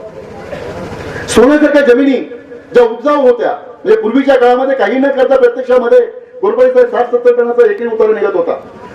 आज तंत्रज्ञान अवगत झालं, नवनवीन जाती आल्या, सगळं शास्त्र आलं, विज्ञान आलं, पण ऊसाची उत्पादकता महाराष्ट्रामध्ये 40 टनाच्या भोवतीच आहे. आणि याचं महत्वाचं कारण असं आहे की पाणी जास्त वापरल्यामुळे जमिनीची सुपीकता आणि उत्पादन क्षमता झपाट्याने कमी झाली.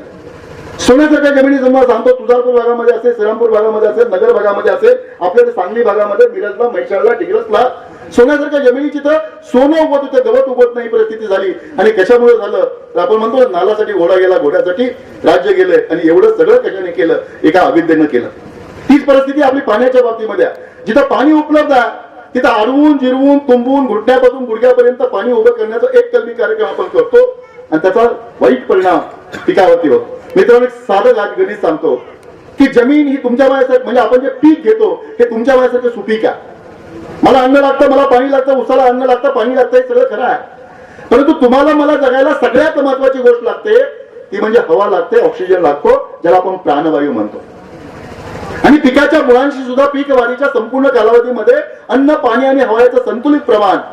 माइंडकर सांगत होते की आपल्याला वापसा परिस्थिती पाहिजे, प्रिंट कपॅसिटी ज्याला आपण म्हणतो. वापसा परिस्थिती असेल तरच पिकं पाणी आणि अन्न शोषून घेतात. गुडघ्यावर पाणी शेतामध्ये असेल त्यावेळेला काही नसतं, आपण चावडीवर निवांत असतो, सऱ्या भरलेल्या असतात, आपल्याला वाटतं सगळं व्यवस्थित चाललेलं आहे, पण तिथे काही उपयोग नसतो. पाणी उभं असतं तेव्हा पिकं अन्न घेऊ शकत नाही, फक्त आणि फक्त वापशावर घेतात. आणि हेच तंत्र ठिबक सिंचनामध्ये आहे. ठिबक सिंचन म्हणजे काय मित्रांनो, एका मिनिटात व्याख्या सांगतो. जमिनीची प्रत, पिकाचा प्रकार, पिकाचं वय, पिकाच्या मुळांची वाढ, मुळांची पाणी शोषून घेण्याची क्षमता, पीक लागणीचा हंगाम आणि हवामान, जमिनीच्या पृष्ठभागावरून पाण्याचं होणारं बाष्पीभवन, त्याचप्रमाणे पिकाच्या पानामधून पाण्याचं होणारं उत्सर्जन, या सर्व मूलभूत गोष्टींचा विचार करून पिकाच्या मुळाजवळ थोडं पाणी हळूवारपणे थेंबाच्या स्वरूपामध्ये देणं. पाणीच नाही, पाण्याबरोबर पिकाच्या वाढीच्या अवस्थेत अनुसरून पिकाला आवश्यक असणारी अन्नद्रव्य पिकाला पाहिजे त्या वेळेला देणं आणि एकंदरीत पिकाची वाढ जोमदारपणे घडवून आणणं. ना पाण्याचा ताण, ना हवेचा ताण, ना अन्नाचा ताण, पीक एकसारखं वाढणं. ज्यावेळेला एकसारखं पीक वाढतं, जोमदार पीक वाढतं, त्याला रोगराई कमी येते, गुणवत्ता चांगली राहते आणि ज्याला गुणवत्ता चांगली असते त्याला दर चांगला मिळतो आणि त्याची विक्री केल्यानंतर शेतकऱ्याचं रुपयामधलं उत्पन्न वाढतं. आणि या मिळणाऱ्या उत्पन्नातून उत्पादन खर्च वजा जाता शेतकऱ्याच्या निव्वळ नफ्यामध्ये वाढ करून शेतकऱ्याची शेती सुजलाम आणि सुफलाम करण्याचं, त्याचप्रमाणे शेतकऱ्याचं जीवन संपन्न आणि समृद्ध करण्याचं तंत्रज्ञान आहे. त्याला मित्रांनो ठिबक सिंचन तंत्रज्ञान असं म्हणतात. ठिबक पण लक्षात घ्या, हे ठिबक का केलं तर ठिबक याच्यासाठी केलं की ठिबकमुळे उत्पादन वाढतं.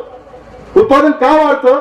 कमी पाणी, जे पाणी आपण देतो, जे अन्न आपण देतो त्याचा पिकाला उपयोगाच्या वाढीसाठी होतो. बऱ्याच वेळेला आपण म्हणतो ना, आता आपण पंक्तीला बसल्यानंतर बरेच वेळा एखादा बारीक माणूस असतो, ते खाद बोकडाची दात लाकडाच्या अंगाला लागत नाही त्याच्या.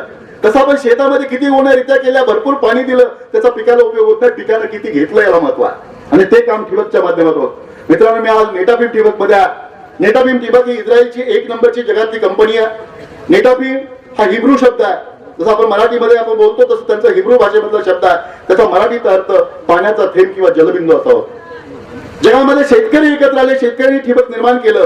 आज 114 देशामध्ये काम करतो. मित्रांनो, जगामध्ये 33% मार्केट एकट्या नेटाबीमचा आहे.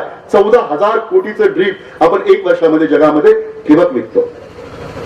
ही कंपनी अतिशय चांगली आहे आणि त्याच्यामध्ये मी आज काम करतो. मित्रांनो, मला फक्त एवढंच सांगायचं आहे, वेळ फार कमी आहे, बोलण्यासारखं खूप आहे, पण वेळ कमी आहे. आणि मला आणखीन एक गोष्ट सांगायची, मी सातारमध्ये आहे. मी खटाव तालुक्यामध्ये विखे माझं गाव आहे, बरपळस आहे. पटोळा कारखाना आहे आपला.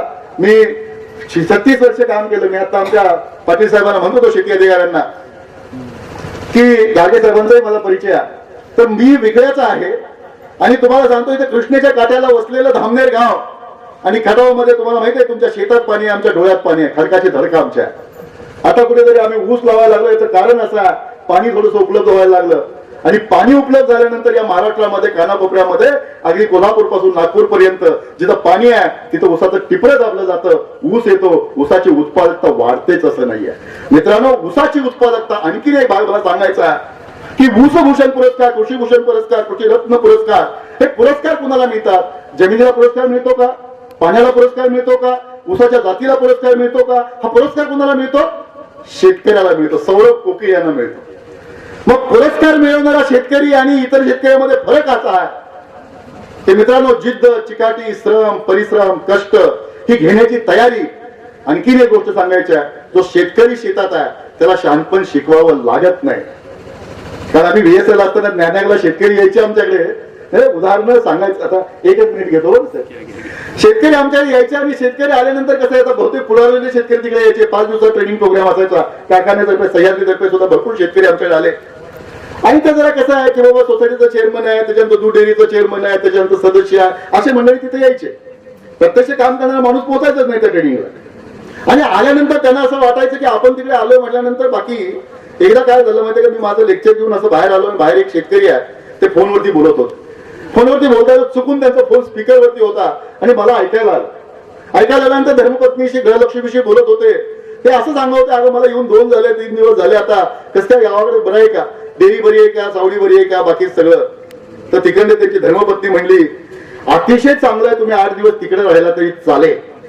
याचा अर्थ मित्रांनो, तुम्हा आम्हा शेतकऱ्यांना गावामध्ये काही काम नाहीये, आपलं काम फक्त आणि फक्त शेतात आहे. जो शेतात आहे त्याचं उत्पादन कमी आलं तर तुम्ही म्हणेल ती पैसे हरायला मी तयार आहे.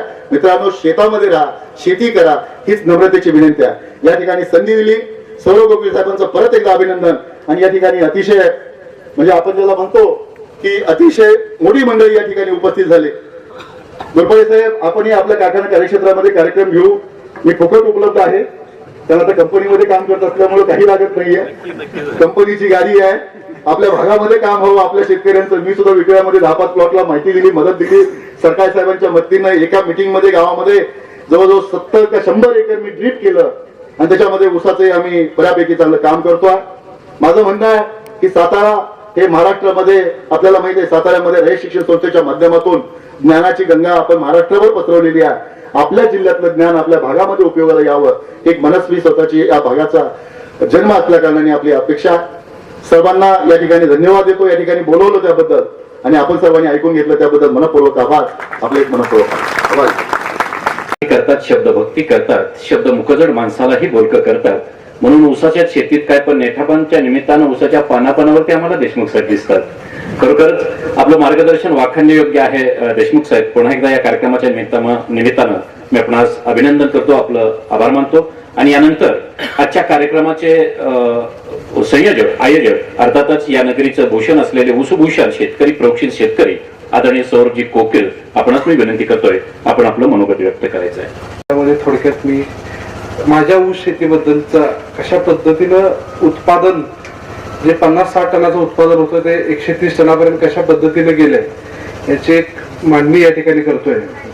खऱ्या अर्थाने माझ्या मते ऊसाचं उत्पादन हे बहुतांशी उत्पादन हे हवामानावर अवलंबून आहे. आणि ह्या हवामानाचा अंदाज ज्यावेळी आपण घेतला जातो, त्याची परिस्थिती आपल्याला ज्यावेळी करते त्यावेळेलाच खऱ्या अर्थाने आपल्याला कुठल्याही शेतीच्या पिकाचं उत्पादन हे वाढवता येतं. कारण उत्पादन वाढवण्यासाठी आपल्या ह्याच्याबरोबर आपल्याला हवामानाची हे घेणं, लक्षात घेणं गरज आहे. आता यामध्ये करत असताना प्रामुख्याने उत्पादन कमी होण्याची कारण काय आहेत, तर साधारणपणे उत्पादन कमी होण्याच्या कारणामध्ये सगळ्यात महत्वाचं आहे ते साधारण म्हणजे आपल्याकडे योग्य पूर्व मशागतीचा अभाव नसतो शेतकऱ्यांचा. याच्यामध्ये योग्य पूर्व मशागतीचा अभाव म्हणजे काय, उगाच ट्रॅक्टरला खर्च होतोय म्हणून रानाची नांगरट करायची नाही, ढेकळं व्यवस्थित फोडून घ्यायचे नाही, सरी व्यवस्थित टाकून घ्यायचे नाही, रान ओलं असताना त्याची मशागत केली जाते. यामुळे काय होतं, जमिनीत सध्या जर आपण बघितलं गेलं तर एक साधारण 10 इंचाच्या खाली एक हार्ड पॅन तयार झालेला आहे. ही योग्य पूर्व मशागत नसल्यामुळे जमिनीत हार्ड पॅन जो तयार झालेला आहे याच्यामुळे ऊसाची मुळं ही खोलवर पसरली जात नाही. आणि ही खोलवर पसरणं खूप गरजेचं आहे. जेवढी मुळं जास्त खोलवर जातील तेवढं आपल्याला त्यामध्ये ऊसाच्या वाढीमध्ये उत्पादन दिसून येणार आहे वाढ. याच्यानंतर दुसरं जे कारण आहे ते आपल्या जमिनीला विश्रांती नाहीये. आपण सगळं करत बसतोय परंतु जमिनीला आपल्या विश्रांती नाहीये. उगाच ऊस काढला, रोटावेटर मार्च मध्ये गेला की लगेच जून महिन्यात जुलै महिन्यात अडचणी करून टाकायचं, असं उपयोग होत नाहीये. कुठलंही काम करत असताना आपल्याला ज्या वेळेला आपण काम करतो एखादं कुठलंही, त्यावेळेला आपल्याला विश्रांतीची गरज असते. काम झाल्यानंतर 7-8 तासाची झोप गरज असते, त्यावेळेस आपण पुढच्या कामाला तयार असतो. तसंच ऊस कुठल्याही पिकाच्या बाबतीत आहे. जमिनीला जेवढी आपण विश्रांती चांगली देऊ तेवढं पुढचं पीक आपल्याला त्या पद्धतीने जोरात येते. त्याचनंतर पीक फेरपालटाचा अभाव, याच्यामध्ये ऊसाच्या वर ऊस घेणं ही खूप चुकीची पद्धत आहे. ऊसावर ऊस जर घेत गेलो तर तुम्ही किती पोत्यानं जरी त्याच्या गुडघ्यात खतं टाकली, औषध सोडत गेला तरी त्या पिकाचं उत्पादन वाढणार नाहीये. त्याच्यासाठी पीक फेरपालट करणं खूप गरजेचं आहे. त्याच्यामध्ये नायट्रोजन फिक्सिंग असेल, याच्यावर हरभऱ्याचं बेवड असेल, सोयाबीनचा बेवड असेल, तागाचा वेवड असेल, असे विविध प्रकारचे पीक फेरपालट करणं गरजेचं आहे. याच्यानंतर ऑर्गॅनिक कार्बन, जमिनीतलं जर सगळ्यात महत्वाचा घटक असतो सेंद्रिय कार्बन. हा साधारण आपण जर आपल्या जमिनीतला सेंद्रिय कर्ब बघितला तर तो 0.5% ते 0.7% पर्यंत आहे. हा सेंद्रिय कर्ब काय करतो प्रामुख्याने काम, तर सेंद्रिय कर्बाचं जे काम आहे ते साधारणपणे जमिनीतली जे आपण खत आहेत या जीवाणूंचं खाद्य, जमिनीत जे सूक्ष्म जीवाणू असतात हे खताचं विघटन करत असतात आणि ह्या खताचं विघटन करण्यासाठी जमिनीत सूक्ष्मान्न ह्याची गरज खूप असते सेंद्रिय पदार्थाची. आणि जेवढे जास्त प्रमाणात सेंद्रिय पदार्थ आपल्या जमिनीत जास्त असतील तेवढी आपल्या जमिनीची सुपीकता ही चांगली येते. आता हे कशावरती, ज्यावेळी आपण माती परीक्षण करतो त्यावेळी आपल्याला या जमिनीतल्या सेंद्रिय पदार्थाचं आपल्याला लक्षात येतं निरीक्षण केल्यावर की आपल्या जमिनीत नक्की सेंद्रिय पदार्थ किती आहेत आणि त्या हिशोबाने आपल्याला पुढचं नियोजन करता येतं. ही अशी बरीचशी 8-10 कारणं आहेत. हे चुकीचे कारण आपण पद्धत जे शेतीमध्ये वापरतो यामुळे आपलं नुकसान हे होत चाललेलं आहे. आता याच्यामध्ये उत्पादन वाढीसाठी प्रामुख्याने काय केलेलं आहे आपण, तर सगळ्यात महत्वाचं आहे माती परीक्षण. कारण आवाढव्य खतं टाकून उत्पादन वाढणं हा चुकीचा भ्रम महत्वाचा शेतकऱ्यांनी काढला गेला पाहिजे.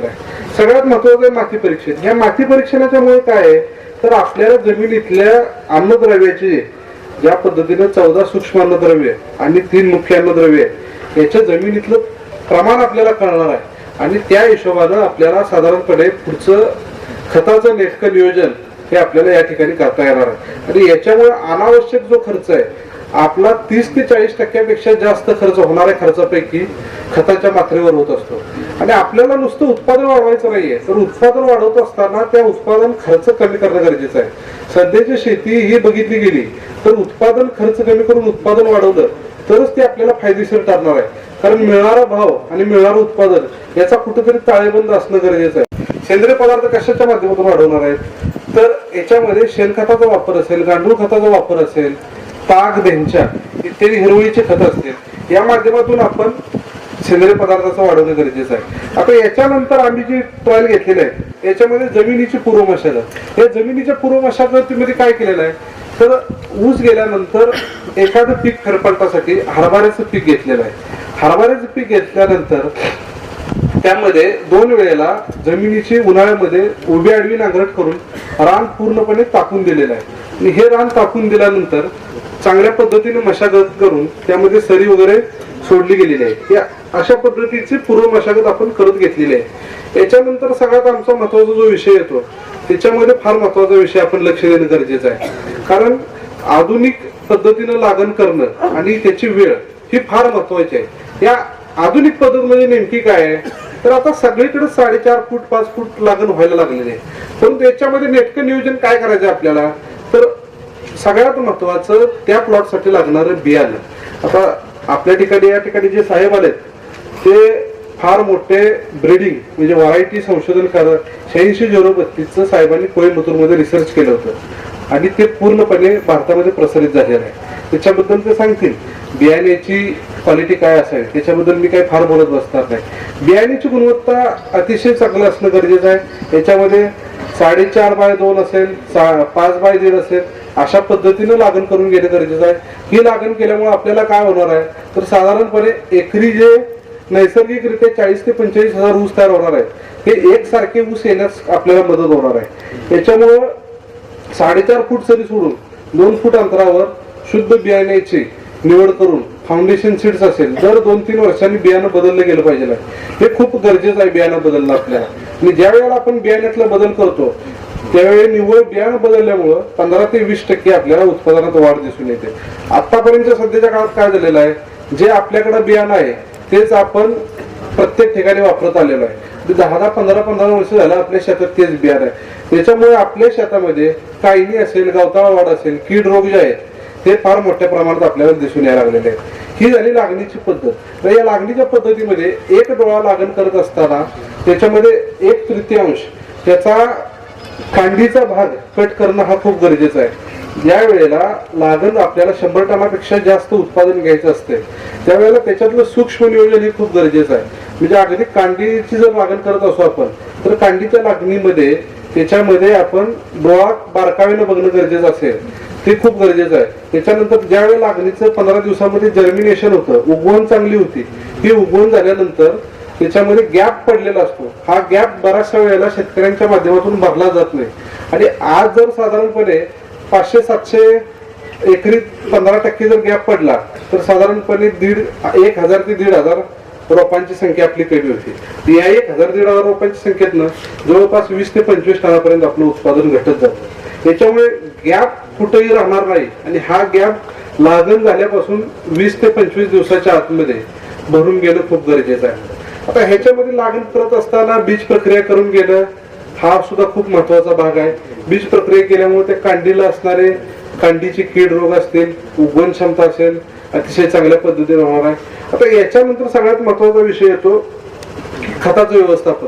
या ठिकाणी आपल्याला प्रत्येकाला वेळ फार कमी असल्यामुळे एक चार्ट आपण आणलेला आहे, तो प्रत्येकापर्यंत चार्ट पोहोचवला जाईल. याच्यामध्ये खत व्यवस्थापनाचं नियोजन केलेलं आहे, जे मी एकरी 100 टनासाठी करतोय. ते या ठिकाणी 5 हप्त्यामध्ये सुरुवातीचा बेसळ डोस असेल, लागण उगवल्यानंतरचा डोस असेल, त्याच्यानंतर भरणीचा डोस असेल, बाळ भरणीचा डोस असेल, मोठ्या भरणीचा डोस असेल आणि शेवटचा पावसाळी डोस असेल.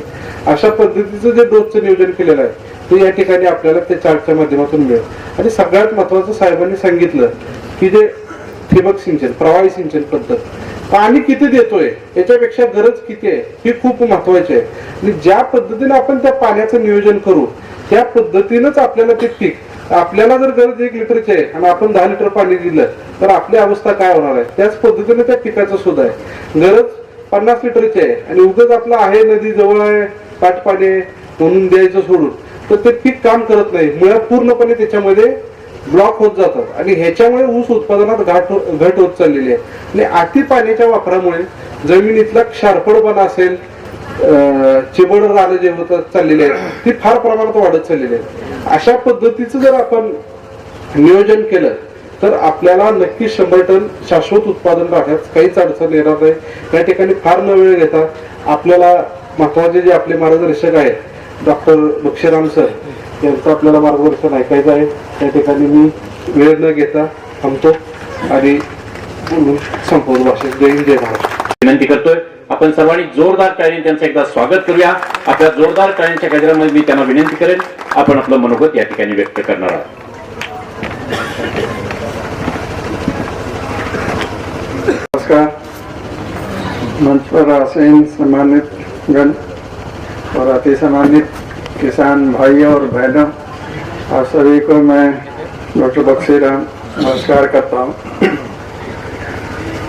मैं कोकिल साहब ने मेरे को यहाँ आने के लिए पहली बार बात की तो मैंने एक ही क्वेश्चन इनसे कहा था कि मेरे को मराठी आती नहीं, मैं क्या करूँगा वहाँ से. तो इन्होंने कहा कि नहीं, हमारे किसान सभी हिंदी समझते हैं. तो इस उम्मीद के साथ कि आप हिंदी समझते हैं तो मैंने यहाँ आने के लिए हाँ किया. और आप बहुत देर से इतनी गर्मी में बैठे हैं, मेरा नंबर बहुत देर से आया है. आप लोगों को भी हो सकता है किसी को भूख लग रही हो और जैसे जैसे प्रोग्राम लंबा खिंचता है वैसे ही दिमाग में ग्रहण करने की शक्ति जो है वो कम होती जाती है. तो परंतु मैं बहुत दूर से आया हूँ, 2000 किलोमीटर से आया हूँ, तो उस चीज को याद रखिए और कुछ ग्रहण करने की कोशिश करिए. जो कुछ मैं बताऊंगा कुछ एक चीजों में बहुत अच्छा काम कर रहे हैं कोकिल जी. बहुत से किसान हैं जो 100 टन प्रति हेक्टेयर की पैदावार ले रहे हैं महाराष्ट्र के अंदर. ऑलमोस्ट हर एक डिस्ट्रिक्ट में हो सकता है, कैसे से क्लब है किसानों के जो 100 टन प्रति एकड़ की पैदावार ले रहे हैं.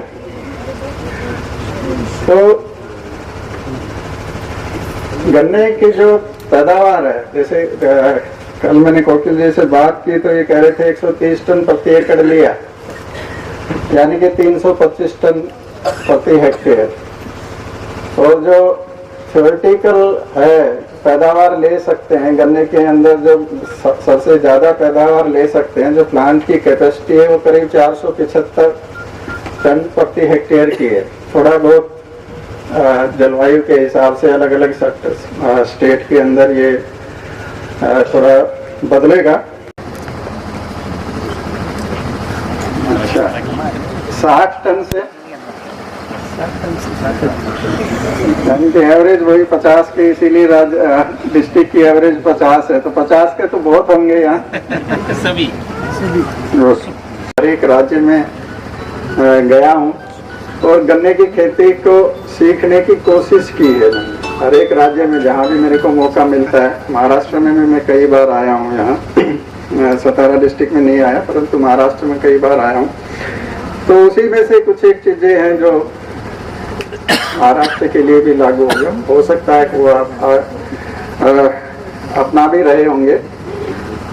तो सबसे पहले जमीन आती है, आपके मिट्टी कैसी है। तो गन्ना क्योंकि पूरे भारत में उगाया जाता है, हर एक राज्य के अंदर अलग अलग प्रकार की मिट्टी है, तो इसके अंदर मिट्टी इतना महत्वपूर्ण नहीं है। बस ये हो पानी नहीं भरे तो और ज्यादा अच्छा होगा, सूखा नहीं हो तो अच्छा होगा, पर्याप्त सिंचाई के साधन हो तो वो अच्छा है। अदरवाइज कोई ऐसा स्पेसिफिक नहीं है कि ऐसी मिट्टी में ही गन्ना हो सकता है। जब पूरे भारत में हो सकता है तो किसी भी मिट्टी में गन्ना हो सकता है। वैरायटी यदि किसी भी फसल में, खासकर चलो मैं गन्ने की बात करता हूँ, गन्ने के अंदर जो अलग अलग देशों के अंदर एक्सपेरिमेंट किए गए और उनसे पता चला कि अकेली प्रजाति का रोल जो है वो करीब 60 से 75% है। एक प्रजाति बदल दीजिए अच्छी पैदावार की तो आपकी पैदावार बढ़नी निश्चित है। तो ऐसे बहुत से उदाहरण हैं भारत के अंदर जिससे कि पैदावार में बहुत ज़्यादा बदलाव आया है। ऐसे जो शुरू में यहाँ पर 740 थी जसूखे के लिए, 740 जसूखे की परिस्थिति महाराष्ट्र में काफ़ी अच्छी प्रजाति रही, बहुत दिनों तक वो कल्टीवेशन में रहा। उसके बाद कुछ दिन COC 671 भी चला, तो 86-032 आया। तो ये कुछ एक उदाहरण है जिससे कि पैदावार बढ़ी है। एक कहीं मैं देख रहा था नेट पे, तो एक किसान ने लिखा हुआ है कि 86-032 की देन अपने मकान के ऊपर लिखा हुआ था। मैं डिस्ट्रिक्ट का नाम भूल गया, परंतु यही महाराष्ट्र का ही कोई किसान है जिसने लिखा अपने मकान के ऊपर 86-032 की देन। तो प्रजातियों का बहुत बड़ा रोल है। हम कोशिश करते हैं, ये जो कोयम्बटूर का संस्थान है या उसकी रिसर्च सेंटर है, हमारा उद्देश्य रहता है जब भी प्रजाति निकालो तो दोनों का बैलेंस बनाना जरूरी है। एक तरफ चीनी मिल है, एक तरफ किसान है, या एक खुश होगा तो दूसरा ना खुश होगा, तो दोनों को खुश करना बहुत जरूरी है। और ये बहुत मुश्किल होता था कि दोनों को कैसे खुश किया जाए, क्योंकि एक को बढ़ाते हैं तो दूसरा कम हो जाता है। आप पैदावार बढ़ा दीजिए, चीनी की मात्रा कम हो जाएगी, चीनी की मात्रा बढ़ाएंगे तो पैदावार कम हो जाएगी। परंतु बहुत सारा अनुभव होने के बाद ऐसा संभव हो सका कि जिससे दोनों चीज बढ़ गई। CO0 238 का जो नाम दे रहे थे कोकिल जी, उत्तर भारत की हरियाणा की प्रजाति, हरियाणा में हमारा सेंटर है गन्ना प्रजनन संस्थान का करनाल के अंदर। वहाँ मैंने करीब 24 साल काम किया है और 1 दर्जन से ज्यादा वैरायटी वहाँ से मैंने निकाली है। और उससे यदि 5 राज्य जो उत्तरी भारत के, हरियाणा, पंजाब, उत्तराखंड, यूपी, बिहार, इनकी औसत पैदावार जो है 20 टन प्रति हेक्टेयर बढ़ गई। 5 राज्यों की औसत निकाले, जो रिकवरी है वो 2.55 यूनिट बढ़ गए। इम्प्रूवमेंट परसेंट में नहीं, 9.18 से लेके और 11.77 तक पहुंच गए।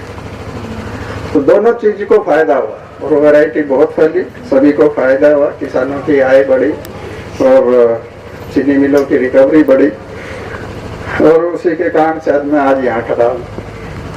तो प्रजाति, एक अच्छी प्रजाति देना जिसके अंदर दोनों पार्टी संतुष्ट हो, वो बहुत इम्पोर्टेंट है। उसके अंदर रटून बहुत अच्छा होना चाहिए, क्योंकि रटून पौधे के साथ साथ रटून बहुत इम्पोर्टेंट है। अब यहाँ अड़साली है तो ज्यादा पैदावार कैसे होगी? तो अड़साली में लगाएंगे तो नेचुरल सी बात है कि ज्यादा पैदावार देगी। एक साली के कंपैरिजन में अड़साली में ज्यादा पैदावार होगी, आपको 6 महीने ज्यादा लगेगा। परंतु कोई बता सकता है एक साली में कितनी पैदावार ली है सबसे ज्यादा? एक साल में, एक साल में जो 12 महीने की फसल है उससे कितनी सबसे ज्यादा पैदावार ली है किसी ने? 70 टन लिया। 70 टन तक आता है। तो गन्ना इतना बड़ा हो कि गिरने लायक हो जाए परंतु गिरे नहीं। यदि उसी गन्ने को आप सीधा खड़ा रख सकते हैं तो उसकी पैदावार और भी ज्यादा हो। उतने ही लंबाई के गन्ने को यदि सीधा रख लेते हैं तो उसकी पैदावार गिरे हुए गन्ने की तुलना में कहीं ज्यादा हो। उसको अभी जो मैंने देखा, और कोकिल जी तो बता रहे 4.5 फुट, परंतु इनके खेत में भी मैंने 4 फुट की रोज स्पेसिंग लग नहीं रहा था। चलिए, तो पैदावार बढ़ाने के लिए जो लाइन से लाइन के बीच की दूरी है वो जरूर बढ़ाना चाहिए। 4 फुट, 4.5 हो, 4 हो, 5 हो, और ऐसे हो कि जो आपके पास औजार है, कृषि यंत्र है, वो आसानी से काम हो जाए। लेबर की हर एक जगह दिक्कत आ रही है, तो दूरी बढ़ेगी नहीं जब तक मशीनीकरण करने की खेती का हो नहीं सकता। तो मशीनीकरण करने के लिए भी बहुत जरूरी है कि दूरी को बढ़ाया जाए, और उसको पैदावार कम नहीं होती है। वो बहुत पहले टाइम था कि 1-1.5 फुट पे, यदि उत्तर भारत की बात करें तो 1-1.5 फुट के ऊपर भी गन्ने की बुआई होती थी। अभी बहुत से किसान हैं जो 2-2.25 फुट के ऊपर गन्ने की बुआई कर रहे हैं, परंतु साथ के साथ ऐसे बहुत से किसान भी है जो 6 फुट तक पहुंच गए। 4 फुट आम हो गया, 5 फुट पे भी लगा रहे हैं, 6 फुट पे भी लगा रहे हैं। जो केला और आपका जो पपीता है उसकी जो अंतर फसल लेते हैं वो तो 8 फुट के ऊपर भी लाइन से लाइन के बीच की दूरी पे गन्ना लगा रहे हैं।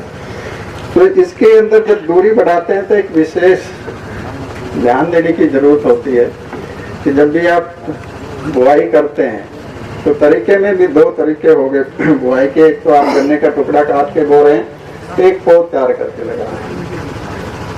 तो पौध तैयार करने वाले में ज्यादा पैदावार आपको मिलेगी बजाय इसके कि गन्ने के टुकड़े को बोने के कंपैरिजन।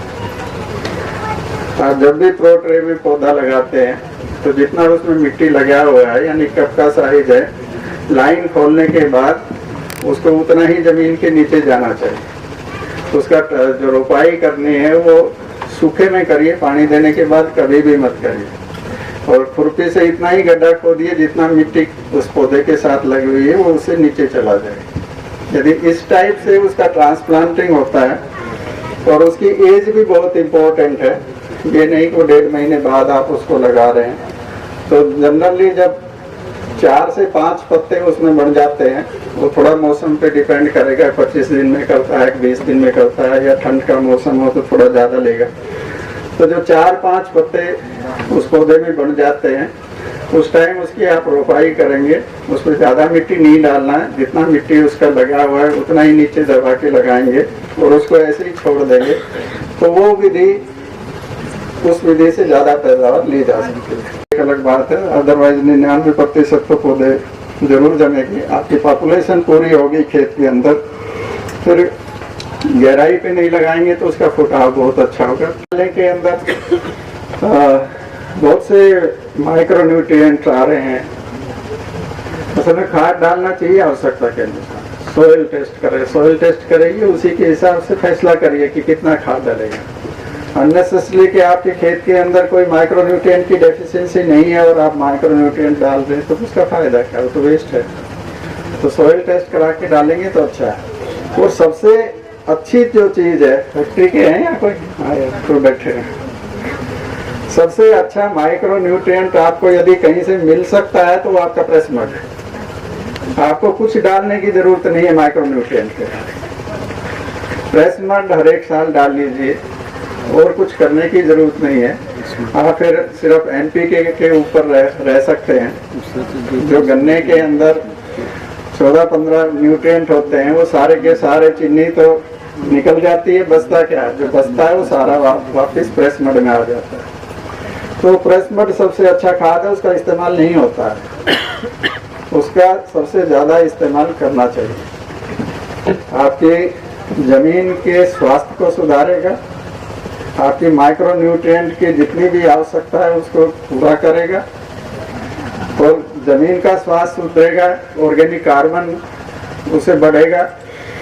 तो फिर जो भी अवेलेबल न्यूट्रिएंट है आपकी जमीन के अंदर, जो भी तत्व है, पोषक तत्व है, उन सबको पौधे को उपलब्ध कराएगा, और तो बहुत लाभकारी चीज है, उसका इस्तेमाल करना चाहिए ज्यादा से ज्यादा, जितना भी कर सकते हैं। प्रेस मड दे रहे हैं हमारी जमीन में वापस मिल गए, तो आपकी माइक्रो न्यूट्रिएंट की डेफिशिएंसी हो ही नहीं सकती है यदि उसको मिला दे। फ्रेश मड डाल दीजिए, ट्रेस को इनकॉर्पोरेट कर दीजिए, मल्चर चलाइए या श्रेडर चलाइए। उसके बाद बहुत से कंसोर्शियम भी आ रहे हैं जो उसको जल्दी गला देते हैं। तो जैसे ही मल्चर चलेगा या श्रेडर चलेगा, छोटे छोटे पत्ते होंगे, सांप के छुपने की कहानी खत्म, नहीं छुप सकता फिर सांप उसके अंदर। वो तो पत्तियों का ढेर होगा तो सांप छुप सकता है, अदरवाइज छोटे टुकड़े होने के बाद सांप नहीं छुपेगा। तो उससे बचा जा सकता है और बचना चाहिए। इन दो के ऊपर मैं दालों से कहूँगा कि कुछ इम्प्लीमेंट के ऊपर किसानों को कुछ सुविधाएं दी जाए, जिससे कि ये जलाने की जो प्रवृत्ति है इसके ऊपर वो काम। आपको क्योंकि गन्ना तो अल्टीमेटली आपको ही आना है, तो थोड़ा ये जो इम्प्लीमेंट है ट्रेस मैनेजमेंट वाले, उसके ऊपर कुछ सब्सिडी या कैसे भी करके कुछ हेल्प करिए किसानों की, और इसको रोकने की कोशिश करिए। तो यही कारण है कि उसका जो समय कीटोन की पैदावार आपकी पौधे से कम हो। आपने एक आंख बोई या एक पौधा लगाया, करीब 90 दिन तक उसमें फुटाव करके मान लीजिए 5 गन्ने या 10 गन्ने बन गए। एवरेज चलो 7 गन्ने तो बन ही जाते हैं, तो फिर 7 गन्ने बन। आपने एक आंख बोई, 2 महीने के अंदर, 3 महीने के अंदर उसमें 7 गन्ने आपको मिल गए, वो आपने काटे। तो आप अब रेटून में क्या हुआ, एक की जगह 7 हो गए, और एकदम से 7 के 7 फूटेंगे। उसमें तो टाइम लगा आपका 3 महीने का फुटाव करके। एक आंख बोई, उसमें फुटाव किया, 7 गन्ने बने, तो टाइम लगा। पौधे रेटून में क्या है, 7 गन्ने आपने काटे, 7 में से एक साथ फुटाव करेगा, कोई टाइम नहीं। 7 करीब 1 सप्ताह के अंदर सारे के सारे वो फुटाव करेंगे, यदि आप माचिस की तिल्ली नहीं दिखाएंगे तो जब एक की जगह 7 में से फुटाव हो रहा है, और उसके बाद वाला फुटाव तो बाद, और उसके अंदर ऐड ही करेगा कुछ, तो रेटून की पैदावार कम होनी ही नहीं चाहिए। उसके बाद उसका मैं जवाब देने की कोशिश करूँगा।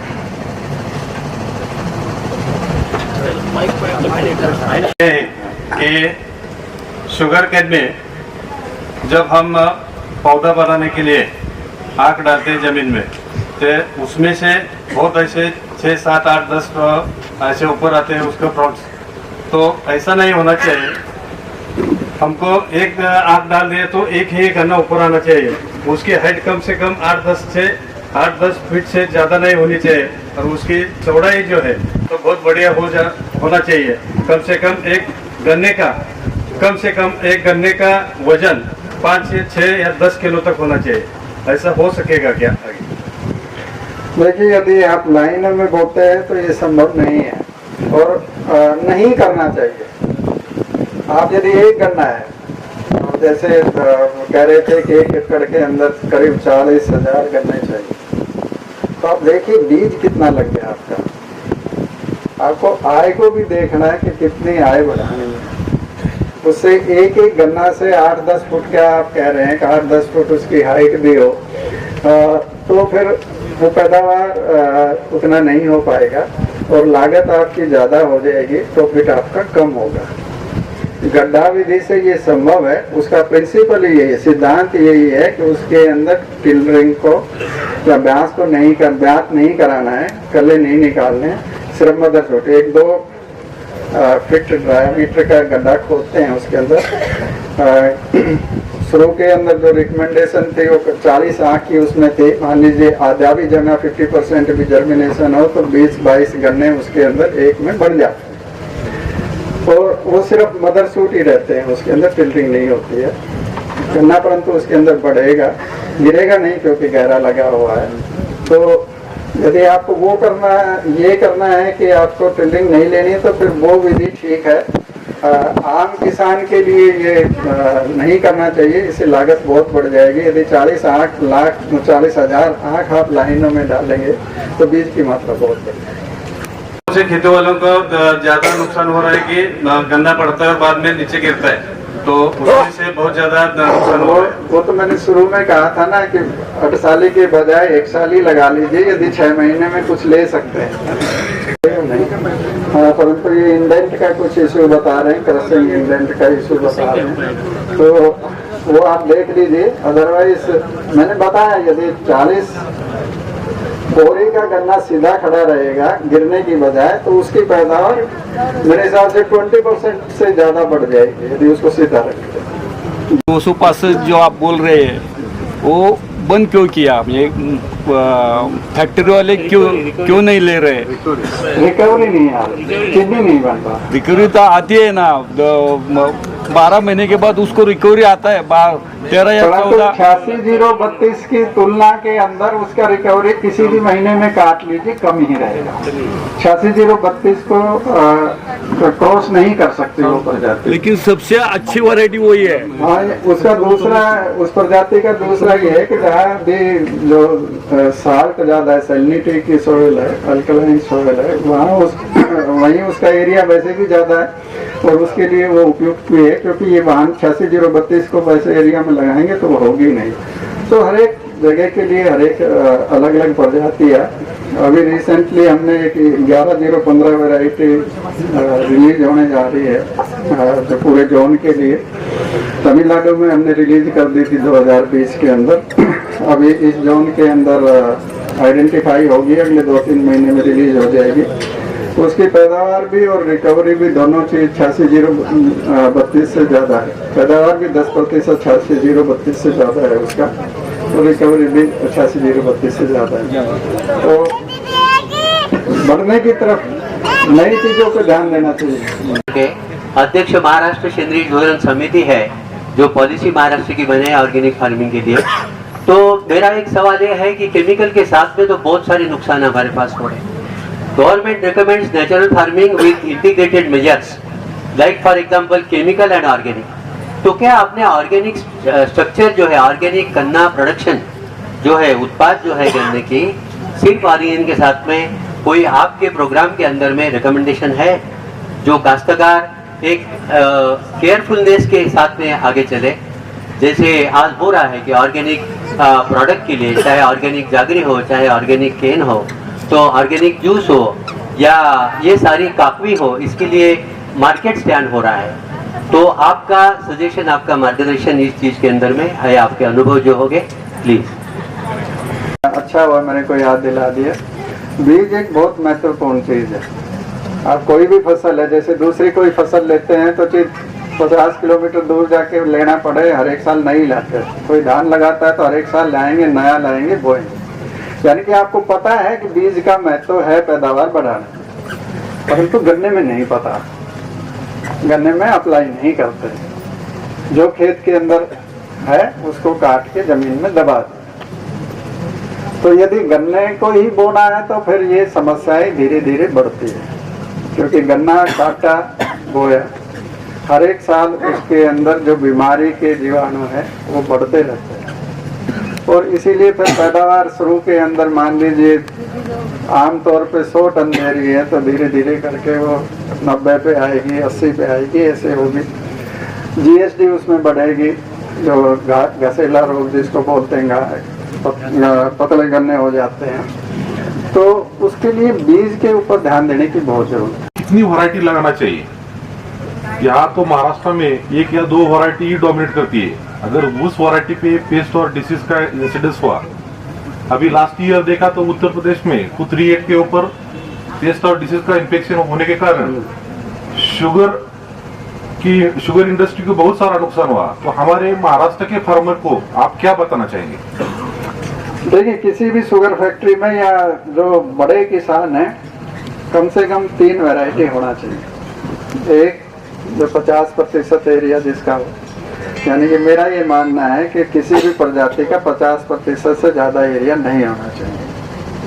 जो अगली 2 वैरायटी हो सकता है अगली का 25% रख लीजिए, यदि 3 से ज़्यादा है, 3 है तो 25%, और तीसरी का भी रख लीजिए। यदि और थोड़ा बहुत है तो उसको कर लीजिए, परंतु फैक्ट्री का यदि ओवरऑल देखते हैं तो फिर 3 वैरायटी होना चाहिए। किसी भी प्रजाति का 50% से ज़्यादा नहीं होना चाहिए। जो आपने 0238 की बात की, बहुत अच्छी जानकारी आपने दी है यहाँ के लिए। हमने कभी उसको रिकमेंड नहीं किया कि वाटर लॉगिंग जहाँ पानी भरता वहाँ लगाई जाए।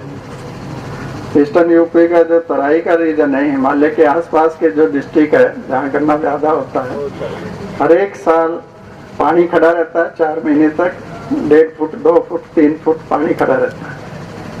उसके लिए तो ना वो वैरायटी टेस्ट की, ना हमने रिकमेंडेशन की। साहेबांच्यासाठी एक उद्योगभूषण, एक प्रयोगशील शेतकरी आहेत, त्यांच्यासाठी एक अभिमानानं सांगावं वाटतं, चालू वर्षीच्या सोयाबीनच्या हंगामामध्ये गुंठ्याला साधारण 60 किलोचं अवरेज, म्हणजे एकरी 24 क्विंटलचं अवरेज आज धनंजय रावणे या क्षेत्रामधून काढलेला आहे. त्याबद्दल त्यांचं विशेष अभिनंदन करतो आणि या कार्यक्रमाचा आभार व्यक्त करण्यासाठी प्राध्यापक अशोक नलोडे सर, एचओडी केबीपी महाविद्यालय सातारा यांना विनंती करतोय. भोजनाचा कार्यक्रम आयोजित केलेला आहे. सर्वांना नम्र विनंती आहे की आपण सर्वांनी भोजनाचा लाभ घ्यावा. सातारा जिल्हा मध्यवर्ती सहकारी बँक सातारा संचलित आणि यशवंत किसान विकास प्रतिष्ठान सातारा आयोजित ऊस लागवड चर्चासत्र व शिवार फेरी हा कार्यक्रम ज्यांच्या उपस्थितीनं अतिशय दर्जेदार झाला ते सर्व मान्यवर, म्हणजेच कार्यक्रमाचे अध्यक्ष माननीय श्री रुचेश सूर्यवंशी साहेब, भारतीय प्रशासन सेना जिल्हाधिकारी तथा जिल्हा दंडाधिकारी सातारा, तसेच माननीय डॉक्टर बक्षीराम यादव, भारतीय कृषी अनुसंधान संस्था दिल्ली, माननीय श्री भरत रासकर, ऊस विशेष तज्ञ मध्यवर्ती ऊस संशोधन केंद्र पाडेगाव, तसेच डॉक्टर राजेंद्र सरकाळे साहेब, मुख्य कार्यकारी अधिकारी सातारा जिल्हा मध्यवर्ती सहकारी बँक, माननीय चंद्रशेखर दिगावकर, सहाय्यक अभियंता वर्ग 1 मुंबई महापालिका, तसेच माननीय विजय माइनकर, कृषी विकास अधिकारी सातारा, माननीय संग्रामजी घोरपडे साहेब, मॅनेजिंग डायरेक्टर खटाव मान शुगर वर्क्स. आपण सर्वजण या ठिकाणी उपस्थित झालात. तसेच या कार्यक्रमाच्या अगोदर शिवार फेरीसाठी सुद्धा आपण अमूल्य वेळ दिलात. याचबरोबर आमचे धामनेरचे भूषण आणि सातारा जिल्ह्याचे भूषण असं मी म्हणेन की माननीय शाजीराव क्षीरसागर, माजी अध्यक्ष राज्य लेखा समिती महाराष्ट्र राज्य, माननीय विजयराव कनसेल साहेब, सदस्य जिल्हा नियोजन समिती सातारा, आपण अमूल्य वेळ दिलात. शिवार फेरीसाठी जिल्हाधिकारी साहेब आणि सरकाळे साहेब यांनी सुद्धा अतिशय उपयुक्त सूचना दिल्या, त्याच्याबरोबर कौतुक पण केलं. सौरभ कुमार कोकिळ यांनी अतिशय कमी वयात या शेती व्यवसायात पदार्पण करून सर्वांना प्रेरक ठरेल, सर्वांना मार्गदर्शक ठरेल या पद्धतीनं ऊस शेती केली. आणि केवळ धामनेरच नव्हे तर धामनेर आणि परिसर या परिसरातल्या सर्व शेतकऱ्यांना ऊस पीक कसं जास्तीत जास्त भरघोस घेता येईल याचं प्रात्यक्षिक दाखवलं. आणि याबरोबर कित्येक शेतकरी चा संसार यामुळं नक्कीच फुललेला आहे. या कार्यक्रमासाठी माननीय डॉक्टर राजेंद्र सरकाळे साहेब, तसेच माननीय अरुणरावजी देशमुख नेटाफेम यांचं प्रेरक असं मार्गदर्शक त्यांनी जे मार्गदर्शन केलं ते अतिशय उपयुक्त असं वाटलं. आमचे नेते शाजीराव क्षीरसागर नेहमीच समाजकारण आणि राजकारण याच्याविषयी भरभरून बोलतात. त्यांचं वक्तृत्व अमोघ वक्तृत्व आहे. पण आज या ठिकाणी आपण सर्वांनी अनुभवलं की ऊस शेती या विषयावर सुद्धा त्यांनी नेमकं बोट ठेवून काय करणं गरजेचं आहे, वस्तुस्थिती काय आहे आणि काय नक्की करणं गरजेचं आहे याचा त्यांनी खूप चांगल्या प्रकारे उहापोह केला. या सर्वांचंच आपण आभार व्यक्त करूयात. अतिशय अमूल्य त्यांचा वेळ त्यांनी या कार्यक्रमासाठी दिला. आणि याचबरोबर माननीय Kiran Kumar, manager Inter Nova group Telangana, माननीय Vijay Jagdale, MD Jarandeshwar sugar works, आणि या कार्यक्रमासाठी जागा देणारे श्रीयुत धनंजय कोके यांचंही पुनश्च एकदा आभार मानतो की अतिशय देखणा कार्यक्रम त्यांच्या या प्रिमायसेस मध्ये सादर झाला. सह्याद्री साखर कारखान्याचे शेती अधिकारी पाटील साहेब यांचंही आभार मानतो. तसेच याबरोबरच इथं उपस्थित असलेले श्री किरण ओंबाशे साहेब, शास्त्रज्ञ, मध्यवर्ती ऊस संशोधन केंद्र पाडेगाव यांचंही हार्दिक आभार मानतो. याचबरोबर यशवंत किसान विकास प्रतिष्ठान सातारा आणि शेतकरी शास्त्रज्ञ मंच पाडेगाव यांचेही आभार.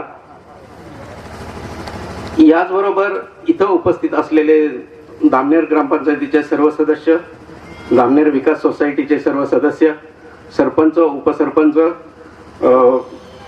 आणि मुद्दामून फलटणून आलेले शेतीतज्ञ, शेतीवर प्रेम करणारे शेतकरी आणि सर्व दामनेर ग्रामस्थ यांचे पुनश्च आभार मानतो. त्याचप्रमाणे या ठिकाणी महिला वर्ग सुद्धा उपस्थित आहे. महिला वर्गाने सुद्धा या कार्यक्रमात रुची दाखवून खूप चांगल्या प्रकारे सहकार्य केलं आणि कार्यक्रमाची शोभा वाढवली. त्याबद्दल सर्वांचंच पुनश्च एकदा आभार मानतो. आणि वंदे मातरम या ठिकाणी होईल. सर्वांनी कृपया जागेवरच उभं राहावं आणि त्यानंतर या कार्यक्रमाची